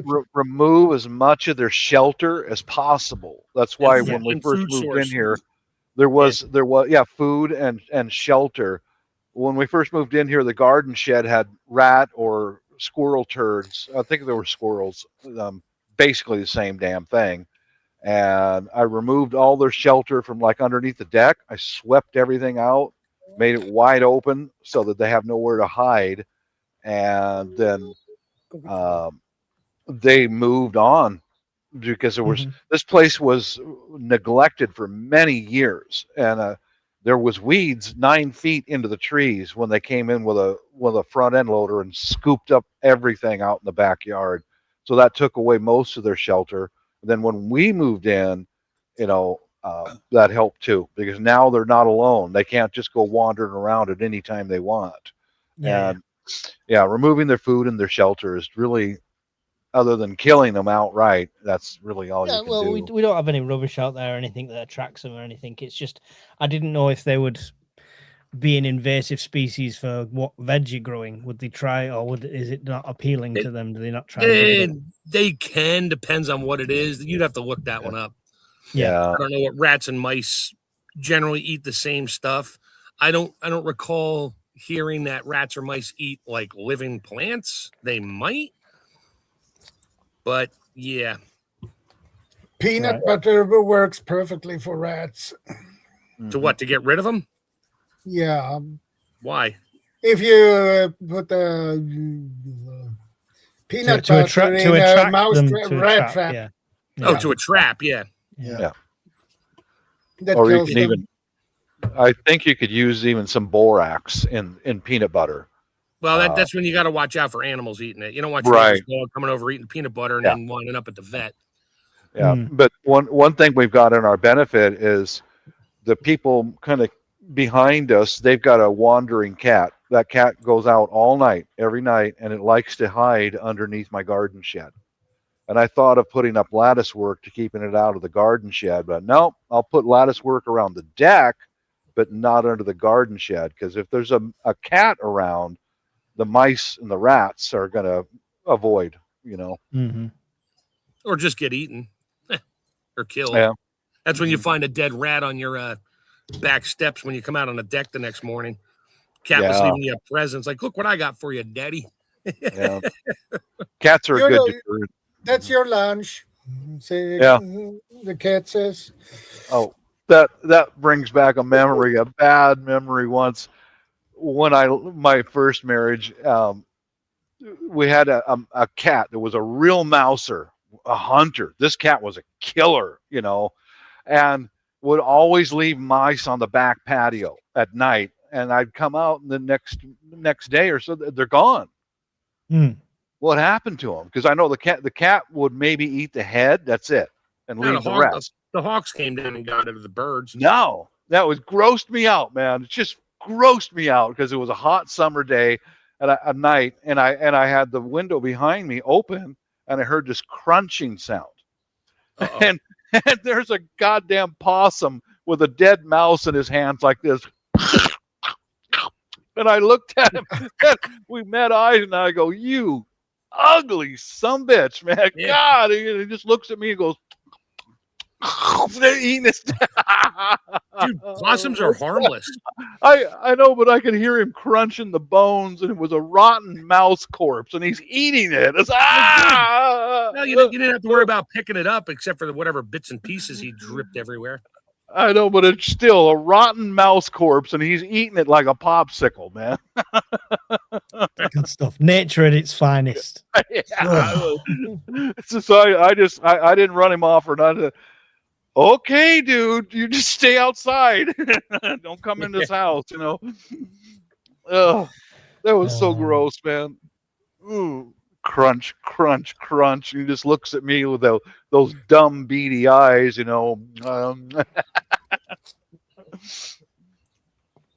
You can get kid and pet safe rat traps. I don't want to catch these things. It's seeing it ninja out of one of the bins was enough for me. I was just hoping there was a natural, like cats in your yard, put cayenne pepper down. They don't like it, so they won't shit in there. I was thinking maybe there's something like that. That works. I had a neighbor's dog used to poop on my grass. And then I found his favorite place and emptied out a whole bunch of cayenne pepper, and he never did it again. That's because he came over to sniff for his spot and got a nose full and was probably the owner's probably like, "What's wrong? What's wrong?" Yeah. I got a big container of pretty good in the nose. Threw that all over the grass, man. Move on, bud. Yeah.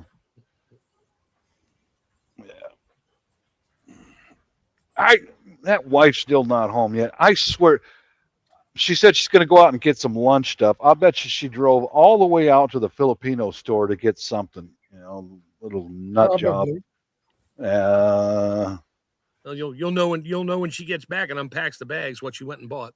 Yeah, I can already guess. I can already guess because she's been gone that long. Or she's like my wife, who literally works 2 miles from the house. I can pull her up on the app, and I can tell if she's in the building or out in the parking lot or whatever. And I see her out in the parking lot. I'm like, wait, it's Saturday. You don't park on that side of the building. She's on the other side of the building for like 45 minutes. I finally text her. I'm like, you talking to somebody? She's like, yep, be home in a little while. I'm like, okay. Yeah. She's just out there yapping away. Yapping away. Yeah. Oh no, not Filipino food again, hon. Oh no. Say it ain't so. She knows I'm happy if she brings home some lumpia. Here you go, hon. Here's some lumpia. Okay, you're forgiven. No problem. Just get my missus to make mashed potato. That's lumpier. Potatoes. Yeah, when she makes mashed potato, that's lumpier. Oh yeah, I like that. Yeah. I tell you what, Mike, my wife was kind of shocked with that. She usually makes a big slow cooker full of full of beef stew just for me, and it was over again and again and again, and it's like, hon, can you just slice up some potatoes and just potatoes? Well, what about the beef stew? No, hon, just some potatoes. That's it. Mm-hmm. But why? It's got all the carrots and all that. Just, hon, I'm a white guy. I'm Euro American. That's what our gut eats is potatoes. Meat and taters. Would Potatoes. Yeah. But why? Blah blah blah. I'm saving you some work. Okay. Yours is not to reason why. Yeah. Well, it's like she's got the rice. Dude, there's 2 rice cookers in my house going 24 hours a day. That's the Asian gut, but Anglo-American potatoes. Yeah. I want to see if I can cook oatmeal in my rice cooker.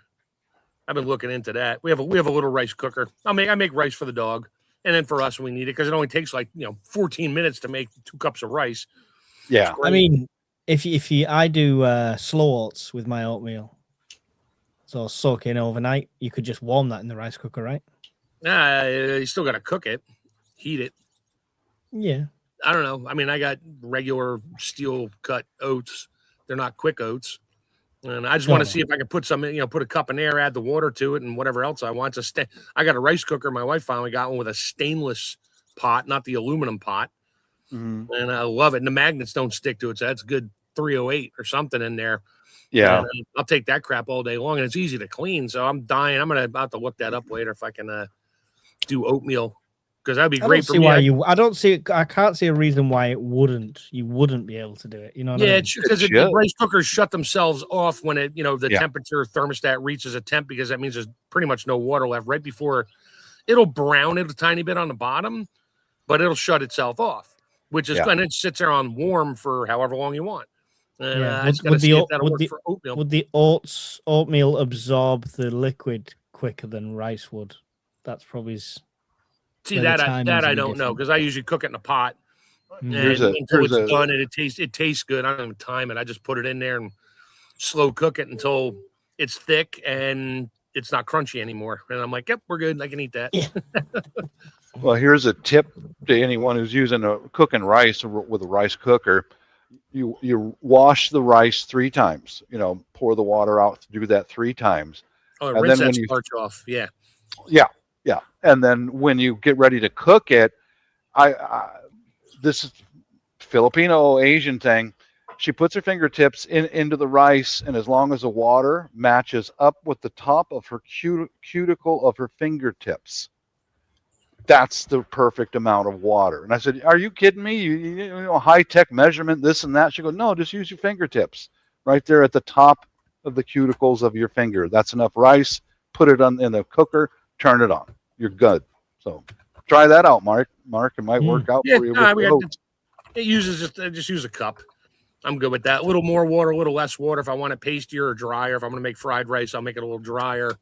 Yeah. And then I'll let it cool and dry out a little more so it doesn't turn into globs in the frying pan or in the wok. Mark, I have a question for you. Sure. Can you freeze dry mayonnaise? No. Damn it. I heard that question before. No, that's a straight no. Because mayonnaise is literally like 30% oil or more. Mm-hmm. Because when you make the emulsion, it's an egg yolk, and you whip it, and you add oil to it over heat to make like a hollandaise sauce or whatever. Same with mayonnaise, you just do it cold, and you do that. So it's an emulsion. So the oil gets trapped by a very, very thin layer of the the fat, or the protein and fat in the egg. So it's literally little oil marbles with a thin skin, and you can't freeze dry it. I mean, it just turns disgusting because it's so much oil in there. The unlike cheese, Can you cheese is dehydrate different. mayonnaise? I mean, I'll freeze dry like tuna salad, potato salad, stuff like that without the mayonnaise. I'll do everything. Everything goes in it, and I just don't add the mayonnaise, and I'll freeze dry it. And when I pull it out, I just add whatever water I need. I'll measure that. If I took 100 grams of water out, add 100 grams of water back. And once it does that, then I'll throw some mayonnaise in there to thicken it up, or Italian dressing or something. Depends on what I'm making. I made pasta salads and that. But how do I get long life mayonnaise though, Mark? You don't. You have chickens and a source of oil, and you make your own. I'm going to grow mayonnaise as a crop, little jars. Yeah, go get those little mini airline jars of Hellman's and plant them and see what happens.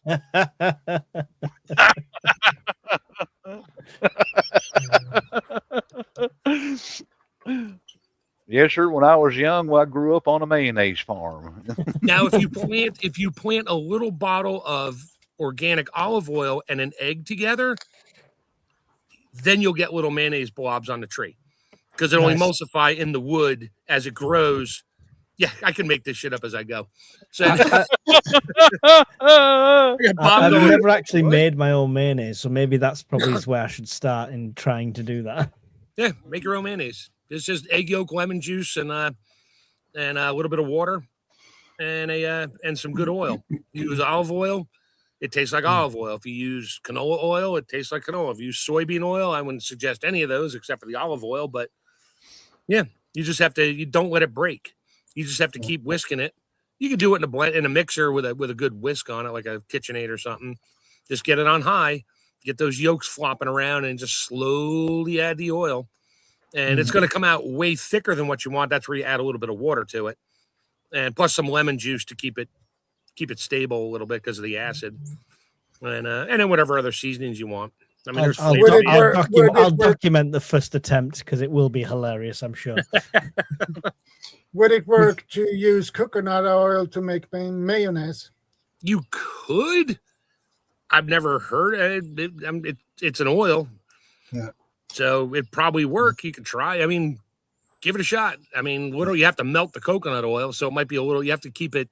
I think coconut oil melts in Fahrenheit, I think right around 70 or 80 degrees. It turns to a liquid. And that's a little warm to make your mayonnaise, but you could do it. You just got to get it in the fridge when you're done. And of course, it's going to firm up real quick because olive oil does not stay liquid in the refrigerator. So not olive oil. I mean, coconut oil. Yeah. You can also use avocado oil too, because they actually sell avocado oil. So, but I found a whole bunch of recipes here earlier using bacon fat or baking oil, they were calling it, to make mayonnaise. Oh, sure.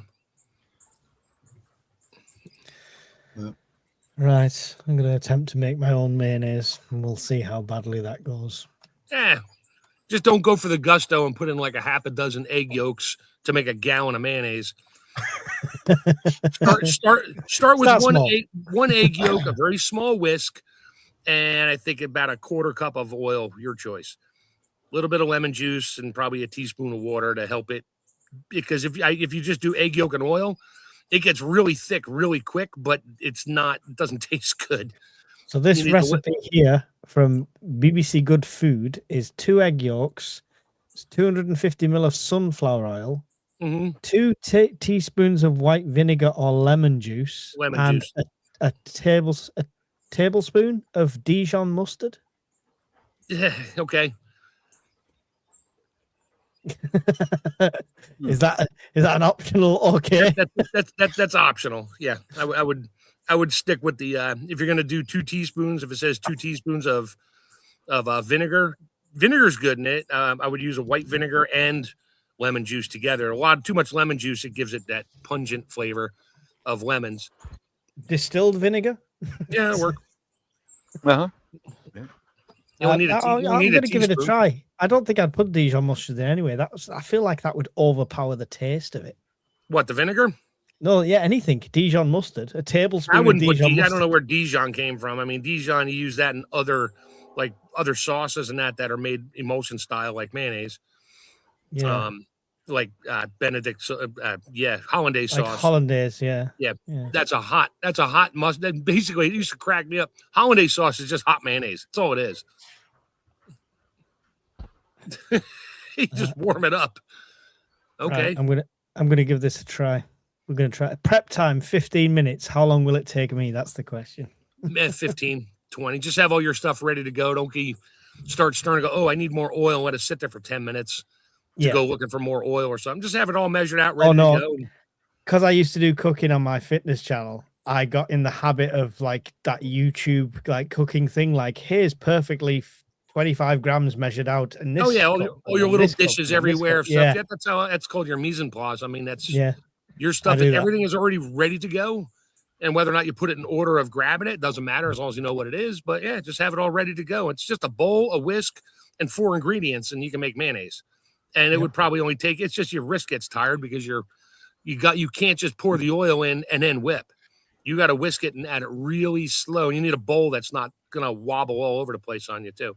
So let's talk total apocalypse time, right? After SHTF, I ain't making 90 days in. Can you use the dehydrated egg yolks? Rehydrate them and use it that way. And what's the best option for no. So I mean, I freeze dry eggs, whole eggs. That includes the white and the yolk. That works. You can't really freeze dry the yolk because it's 90% fat. So, and that's what you need. So you can make mayonnaise out of a whole egg. It's a little lighter. And maybe you could do that because when I rehydrate my freeze-dried raw eggs, it's just a jar of scrambled eggs. And I want to make egg drop soup out of it probably tomorrow, and rehydrate some of the eggs and drizzle it in my chicken broth and have egg drop soup from freeze-dried eggs. Nice. I'll have some experiments to do. You just need a freeze dryer, Mike. Sure. Right after the 14 kids move out of the house, and just hit that PayPal donate button now and put £4,000 in there, and not a problem. Hey, I'm waiting to see that 55-gallon drum of water lifted over your head and shaken before you get a house. Not a problem. Working on it. Yeah, I've got a whole bunch of dehydrated water coming from the Canadian the guy up in Canada. Yeah, it's coming. It's in the mail right now. Freeze-dried, dehydrated. Actually, it's the same thing. So. Freeze-dried water. Yeah. Oh my God, that's hysterical, man. Yeah. It doesn't weigh much. It takes up much less space.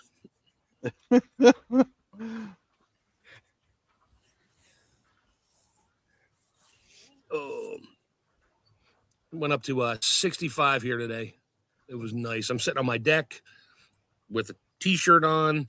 It's just luxurious. That's why I was late. I had a lot of stuff I needed to get done with good weather. I had to go get my propane refilled and a whole bunch of other stuff. And I'm like, whatever. I'll tell them I'll be up in a little while. I'll probably be up for the last hour, which that worked out.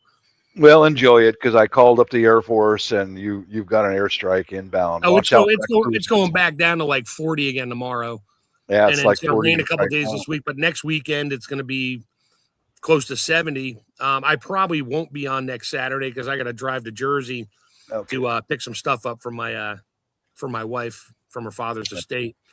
Gotta go, fellas. Gotta go, fellas. My wife's back home, so good to talk to y'all later. Let us know what she bought you. Bob. And we'll see you later. Later.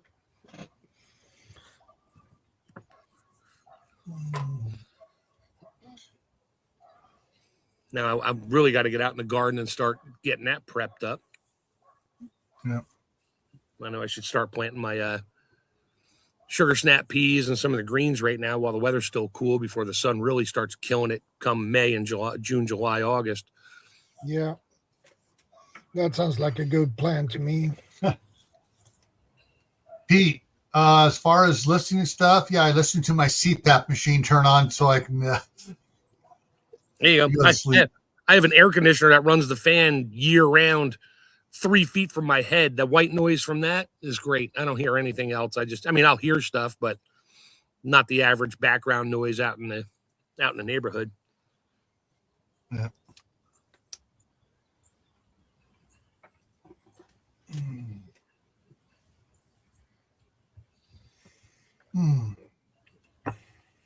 Well- Paul McLaughlin said dehydrated eggs, not freeze dried. No, I freeze dry my eggs. I have a freeze dryer. Check out the Chef Tech 86 video I popped up there I freeze dried them and then I rehydrated them and then cooked them and ate them on a bunch of short video pictures. Yeah. Okay. I do add some salt to it though. That helps with the freeze drying. That helps with the rehydrating. So they're on the verge of almost too much salt for most people. For me, it's perfect. I just add pepper. I don't have to add salt to it. I just add some pepper to my scrambled eggs and I'm good.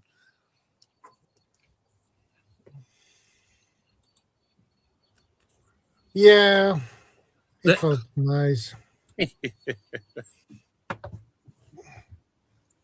I hate when my back is itching. Oh. Now I got one of these next to every one of my computers, and I got one next to the bed. It's like a Yeah. Yeah, I got one of those. oh. I just back up against the oak tree and let the bark do it for me. Oh, you do the grizzly bear scratcher, Yep. huh? Right through 3 layers of clothing. It works great. That works too. Now, Mark, do you sing blues song while you're doing it? No, I don't. Just the fairness. Yeah. No. Indeed. Little red hen.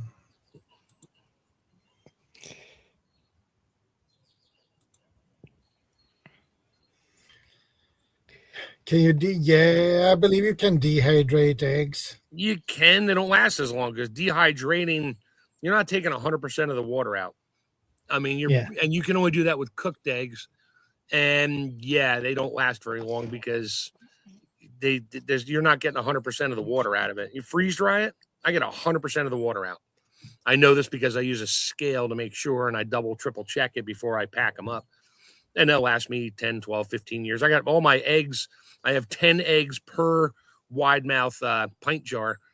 And they're in there with an oxygen absorber in the bottom. Actually, it's a bigger oxygen absorber than I need. So that way I can open it up a couple times and use, 2, 3, 4 eggs at a time and seal it back up again. And it'll pull the lid back down. Now, once you open it, humidity will start to get in there. And that makes it, you need to use it up in a reasonable time. And not just, you can't just seal it back up and say, yeah, it'll be good for another 10 years. No, it won't. Even if you got 1 milligram of moisture in there, it's all it takes. It'll grow bacteria. It'll start to rehydrate it, and the bacteria will grow. And if you eat it, you will get sick. So yeah. And that would be terrible. No, but ain't nobody got time for that. No.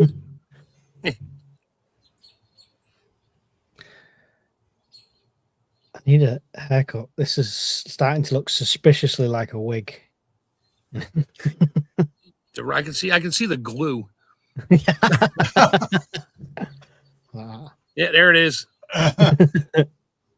Oh, you got to comb over to the front. Was That's that? new. I remember what movie it was. It was the original Police Academy with Steve Yeah. Gutenberg at the parking lot. Parking lot. Wiggle alert! Wiggle alert! Wiggle alert! Yeah. Doing, doing, doing. Steve Gutenberg. What happened to him? He was in everything and then nothing. Just like he went from being in every film ever to just disappearing, didn't he? Yeah. He probably said, yeah, I'm done with Hollywood. Let me just move out to the country and do my own thing and leave me alone. Rick Moranis did that, didn't he? He decided, I've done enough. I'm going to go and spend time with the kids instead. Yeah. Fair enough. I wish they would sell freeze-dried eyes. Eyes? Mm-hmm. Peas? Something? Eggs. I mean- Eggs. In a number 2.5 can instead of a number 5 can. Yeah. Kind of Exactly. sickos eating freeze-dried eyes. I had to read into that. We're talking about eggs. She meant eggs. Eggs, not eyes. There you go. Yeah, eggs, not eyes. Freeze-dried eyes. What kind of eyes? The eyes 2 have it. seconds. I've got a delivery. Cow eyes. Cow eyes. Frog's eyes. Yeah. Yeah. Fish eyes. I'll freeze dry the frog's eyes next to the frog's balls. Oh wait, those are yeah, the little cabbages. Brussels sprouts. Oh, okay. So Steve Gutenberg has been doing a lot of non-comedy, and he has one that's filming right now called American Summer. And he's been doing a lot of TV stuff too. Yeah. A lot of TV films. I wouldn't know. He's probably doing all the stuff on the Lemon Network and the Hallmark Channel and stuff like that. Wouldn't surprise me. A lot of people went there. Yeah. Right. But he's also been doing a lot of writing for Okay, stuff. take care, Jan. Did you get your package, Mike? It's not a package. It's naughty things. What is that? Ooh. What is that? Food? Oh. Takeout. Yeah. That's You know, a whole lot. you could cook that for about 1/10 the price, right? You know that, right? I know. But That's I why my didn't pay Saturdays for are it. generally just cooking days. Make my I food didn't for the pay week, for it. and I'm good. This is a treat for the missus. So What is that? Is that Chinese food or is that like beef or something? it's German doner kebab. It's a chain here. It's like doner meat, but without the mystery of it. It's actually beef and chicken with fries and cheese. All mixed pretty together? much. All mixed together in a pulp. Just a mouthful of heaven, huh? Yeah, so my camera's going to keep going off, so this is not a mukbang channel. So No, I'm still here though. We just get to hear the slurping sounds in the background. Now we get to watch Mike eat like weirdos. You've got to tune into the other channel for that one. What's that channel Patreon called? members, turn on your special camera now. That channel's called. Wait, that channel's called A Mouthful of Goodness. Mike's meaty mouthful. Oh, jeez. I thought that was on OnlyFans. Special edition with cheese. That's your OnlyFans channel, right? Whatever makes the most money, I'm game. That's what she said. Right. Yeah, only food fans. That's good.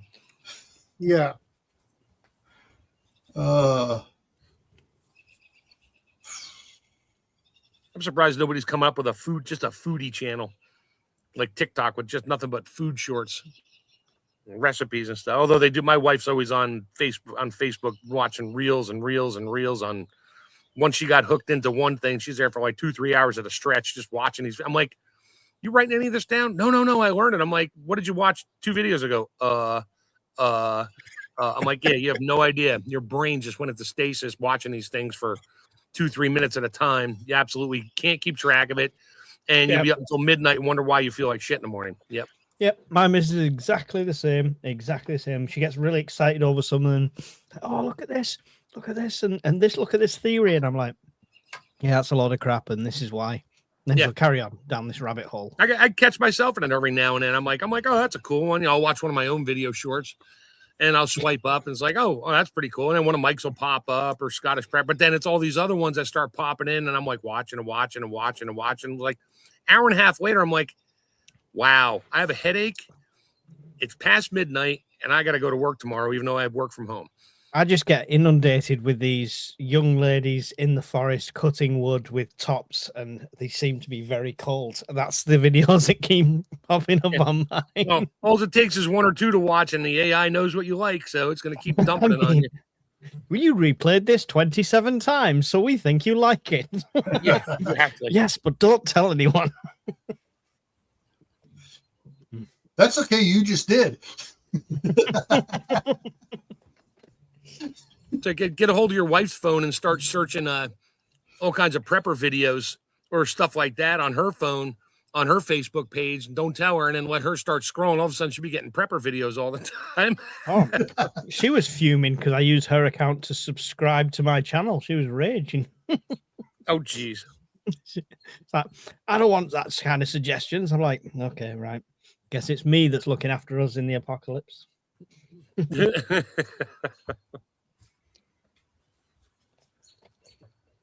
I mess with my wife's phone all the time. I'll just say, even when it's, when the screen's off, I just say the same thing, like, and I've done this before on this channel. It's like tankless water heaters. And I'll say it like 50 times on her phone, like clockwork. Next time she gets on Facebook, every other ad's tankless water heater. It's like, why is this here? I'm like, because I was messing with your phone. She's like, you don't have my password. I'm like, I don't need your password. It hears everything you do, honey. I'm trying to prove that to you. Okay. I'm going to try this. It's a good thing your wife doesn't have the warped sense of humor, because she'd probably pick up your phone and start doing male strippers. No, she wouldn't do that to my phone because she wouldn't do it to her phone. So.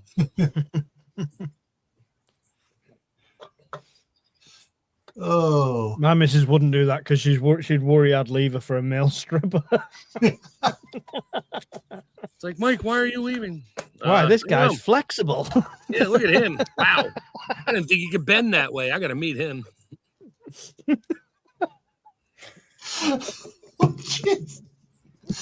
Oh, I think I said this to you last week, Mike. It's a joke. It's like, yeah, my wife told me that my wife wanted me out of the house, said you got to get out, and I'm standing on the front porch, and she hands me my bags and said, I hope you live a miserable life. And I looked at her and said, oh, so you want me to stay? It's a joke, but it's reality. Yeah. Sorry, people are just watching me eat now. You're prepping. We get it. let's see. That's one of your 10 preps that helps you sleep at night. Food in the belly. And I need food to stay awake to make sure the candle doesn't burn the house down. There you go. Yeah, that too. Oh, it's still all right. Something over here. Oh, Gil's just remembered he's burning the house down. He's like, damn it, forgot about the candles. This is really good. Yeah, we will probably notice if smoke comes into. Yeah, you hear one of these 800 smoke alarms going off if something was burning. Yeah. You got to have that many when you have your grandkids over all the time and you're not paying attention to them a lot. Yeah, that sounds like a good idea. I hate when my husband tries to show me dumb videos, especially when I'm reading. Welcome to my world, little redhead. I tried showing my wife my Sofa Survivalist videos, and she just looks at it like, yeah. I'm like, I know. It's a sense of humor thing that pretty much only preppers understand. I try to engage her with the channel, and I was like, here's the latest video that I'm just about to release. Just watch it. Let me know if you think it's okay with the editing and stuff like that. And you'll see her watching it, and about 2 minutes in, she's like, yeah, bored. Because her videos last 2 minutes, so as soon as she's at 2 minutes, that's what they that's what they're after these days. Everybody wants these short videos because of the short attention spans we've been forced to have. Yeah. Oh, Gil's got an arrow. Yeah. Something else that makes me sleep better at night. I got a bunch of these. Nice. Just don't ask him where he puts them to help him sleep. Acupuncture. Yeah. I was just gonna say he does acupuncture like Pinhead from that movie. He goes to bed with arrows stuck in his head. Racer. Hellraiser, that's the one. Yeah. That's Pinhead. Yeah. Oh, wait a minute. If that's the case, hang on. Are you gonna pull up a picture of Pinhead? No, I'm going to pull up a picture of my favorite band. My favorite band, the Slash Street Boys. Nice. Yes. Nice. The missus actually introduced me to them. They've done a few things. I don't know, is it the Merkiness? I can't remember. Yeah, the Merkins. The Merkins are the one that do it. Yeah. Oh, absolutely, totally what's hilarious. better Some than- of them. What's better than one kebab box? A second kebab box. Wow. Two kebab. Man, you're a little hungry today. Did you eat it all today? It was buy one get one free, and there's no way this stuff is going to keep, so I have to eat it. Think okay. of the African children. So you tell my mom, children are starving in Africa. I'd say send it to them. Yeah, I'll post it to him. Yes, carbon fiber there. Yeah. There you go. There you go.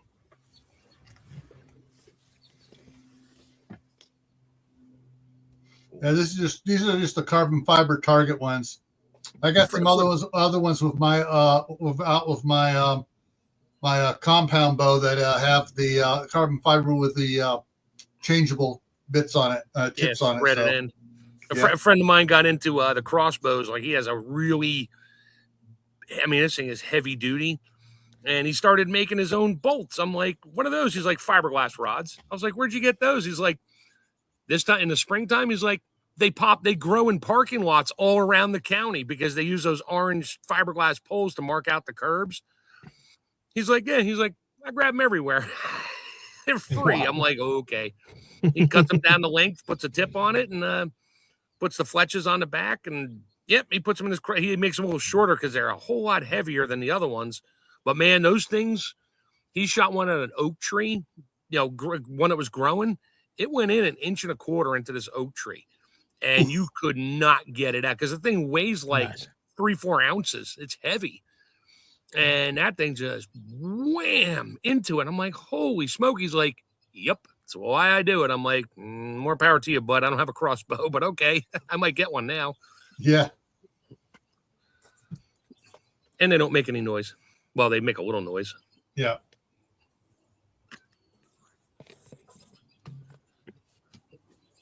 Yeah, I tried. They make a noise when you fire them inside, and they go through the back of the kitchen cupboard and hit all the pans on the way through going out the other side of the kitchen cupboard because you underestimated the power on it. Just saying.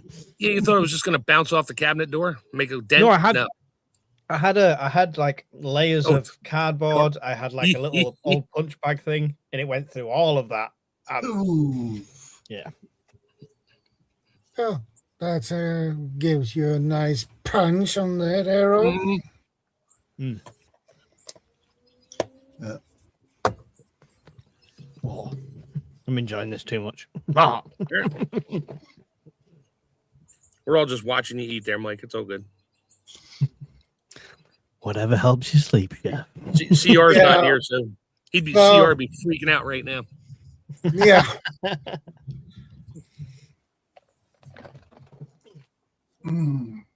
Yeah, CR would probably be freaking out if he saw that.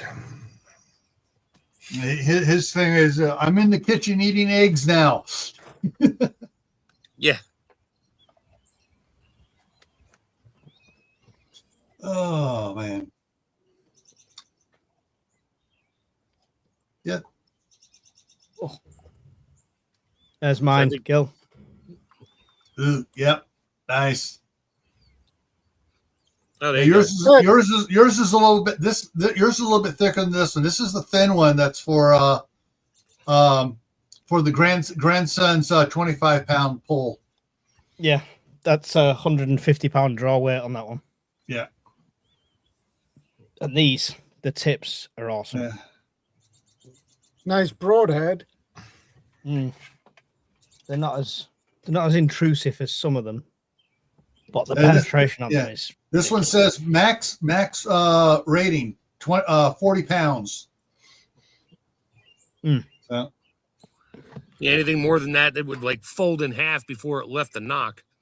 Yeah. Yeah, I would like to have a 60-pound bow. That would be awesome. I still got my bow from when I was 17. It's a Bear Kodiak Special compound bow. Has the like you can crank it down. It'll go up to 75 pounds and pull, and go as low as I think 35. Of course, it's the old Hey, school just one. asking for a friend. Good to see you. It doesn't have the eccentric pulleys on it. So yeah, it's a less of a pull, but it's consistent all the way back to the full draw. So you're not holding that thing for 20 minutes waiting for a deer to walk by. Yeah. But I still have it. I'd say it probably needs new string by now. The cables are probably fine, but I got to find somebody around here that'll recable and string it for me and not cost me $1,000. Yeah. I mean, I have a Anita Eagle that's I got it before I got married, so I've had it for 38 years now. Got restringed about 5 years ago, but it's like, okay, yeah, this is a 65-pound bull. I'm like, oh, geez. Yeah, regular bow. Yeah. No, not a regular compound. It's like twink. I got it passed. Yeah, I've only got this because I can't have some of the preps that you guys have in the States. Yeah, well, we know. If I had that choice, then I wouldn't have the crossbow. Wouldn't be my first choice. There was still the option to move. I know. When the kids People are with old enough, people with English accents in this country get along just gloriously with everybody yeah, because we like it. It's not like anyway. Bob is back. Newsflash. My wife's on a group chat from Filipino nurses all over the world. Some of her nurse friends are in Dubai, Saudi Arabia, all over the Middle East. They can see the ordnance flying constantly. Both directions. Wow. It's heavy hitting. They can see it from the ground and the hospitals that they're working in, going both, cruise missiles. Yeah. So your wife basically stopped at Pizza Hut and got you pizza because she's too busy on the live stream. No. She got me some spaghetti, but anyway, yeah. I just want to let you guys know that shit's kicking off big time. That's happening. I can hear the news channel in the house going off constantly. I'm like, whatever. That's information not from the mainstream media. This is from people that my wife went through university with and lived with. Yeah, big time. Wow. Watch. Hold on to your butts. Let's hope it doesn't leave that area. Yep. All I heard, Bob, was your wife is on a call with a bunch of nurses on a video call. My mind went elsewhere when the rest of the conversation carried on. Not gonna lie, I thought that was the start of a different story. No. Well, that would be a better story.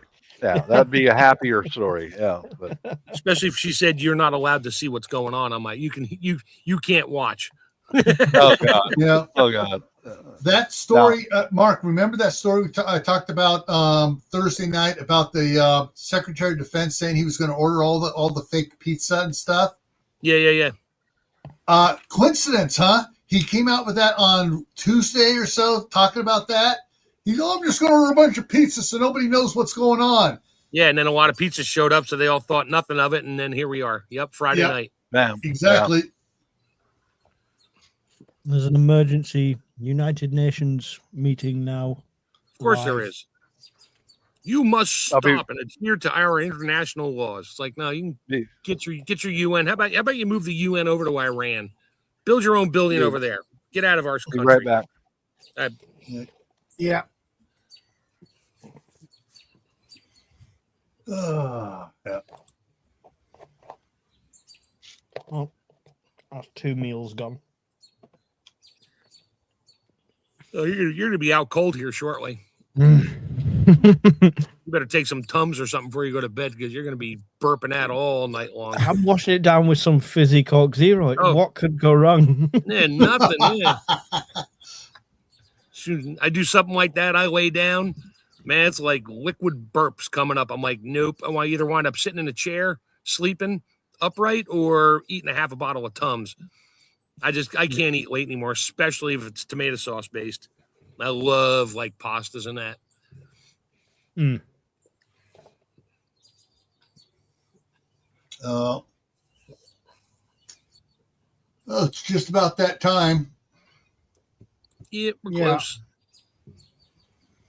Yeah, the big guy in Yeah, Iran 2 was minutes taken. more. What's his name was taken out along with his second in command. I saw that. Allegedly. Allegedly, yeah. Yeah. They're all down in Australia with Elvis, hanging out and partying. Yeah. Yes, that story will never get old. And the real Jim Carrey, wherever he's gone. And Jim from the Doors. Yeah, that Jim Morrison. Jim Morrison and Elvis Presley are living it up down in Australia somewhere in the outback. Yeah, they're hanging out at Adolf Hitler's house. Yeah. Yeah, that's it. Drinking Down at beer. the South Pole. Yeah, at the South Pole. Yeah. That's where they're. Yeah.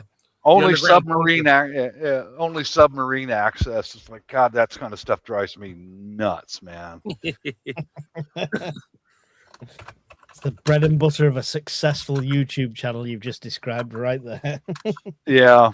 Oh man, I tell you, there's a lot of people just seek that BS out. Oh boy, yeah, the Nazis are hiding down there. Oh, I actually thought me doing that 15-minute city would attract some of them, but the numbers were terrible on it, to be fair. Really? Yeah. Shit, you said 15-minute city. It's like I ain't even watching that. I appreciate it, Daryl. Maybe I should have made it a 15-minute video for the irony. That's too complicated, Mike. Don't think that much. Just don't think that much. Yeah, just let it go. Just let it go. Here's a 15-minute video of a 15-minute city. Watch, it takes me 15 minutes to walk across town. Look, I'm done. Look, there's the blockades. I'm not allowed to leave. Great. Oh no, it's a force field from the space lasers. It won't let you leave. Yeah. The ULAs, the mounted minigun ULAs cameras. All controlled by Oprah Winfrey. Mm-hmm. Yep.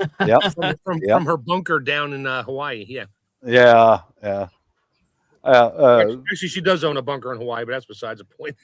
I told that to one of the baristas, and she grew up in Hawaii, and she reeled back. She goes, "Really? Oprah Winfrey had a lock gate, and that killed all these people?" She said, "Oh BS.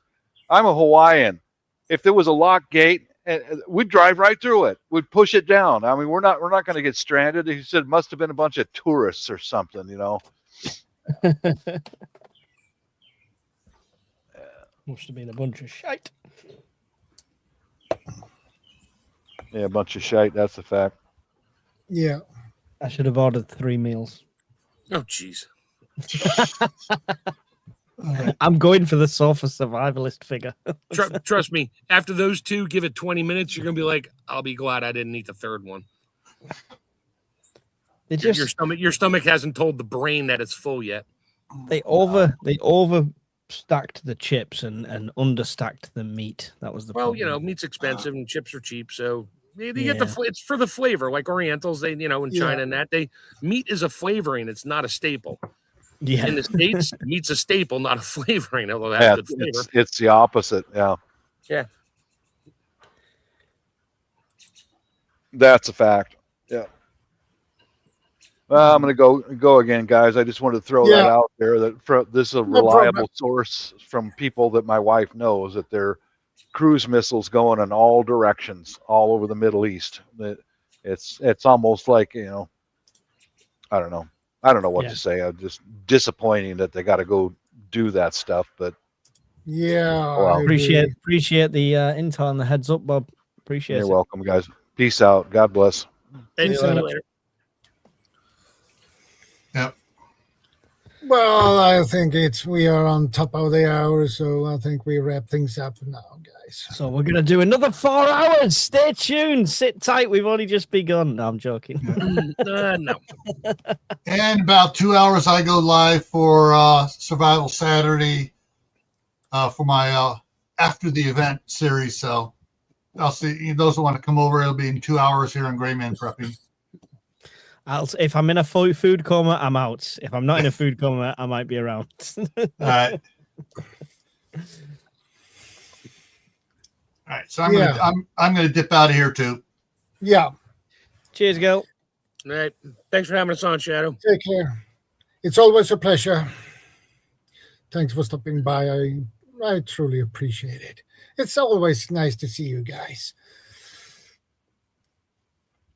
So I'll see you next week, same time, same channel. And be part of the solution, not the problem. Stay safe. Keep your eyes open. And we are out.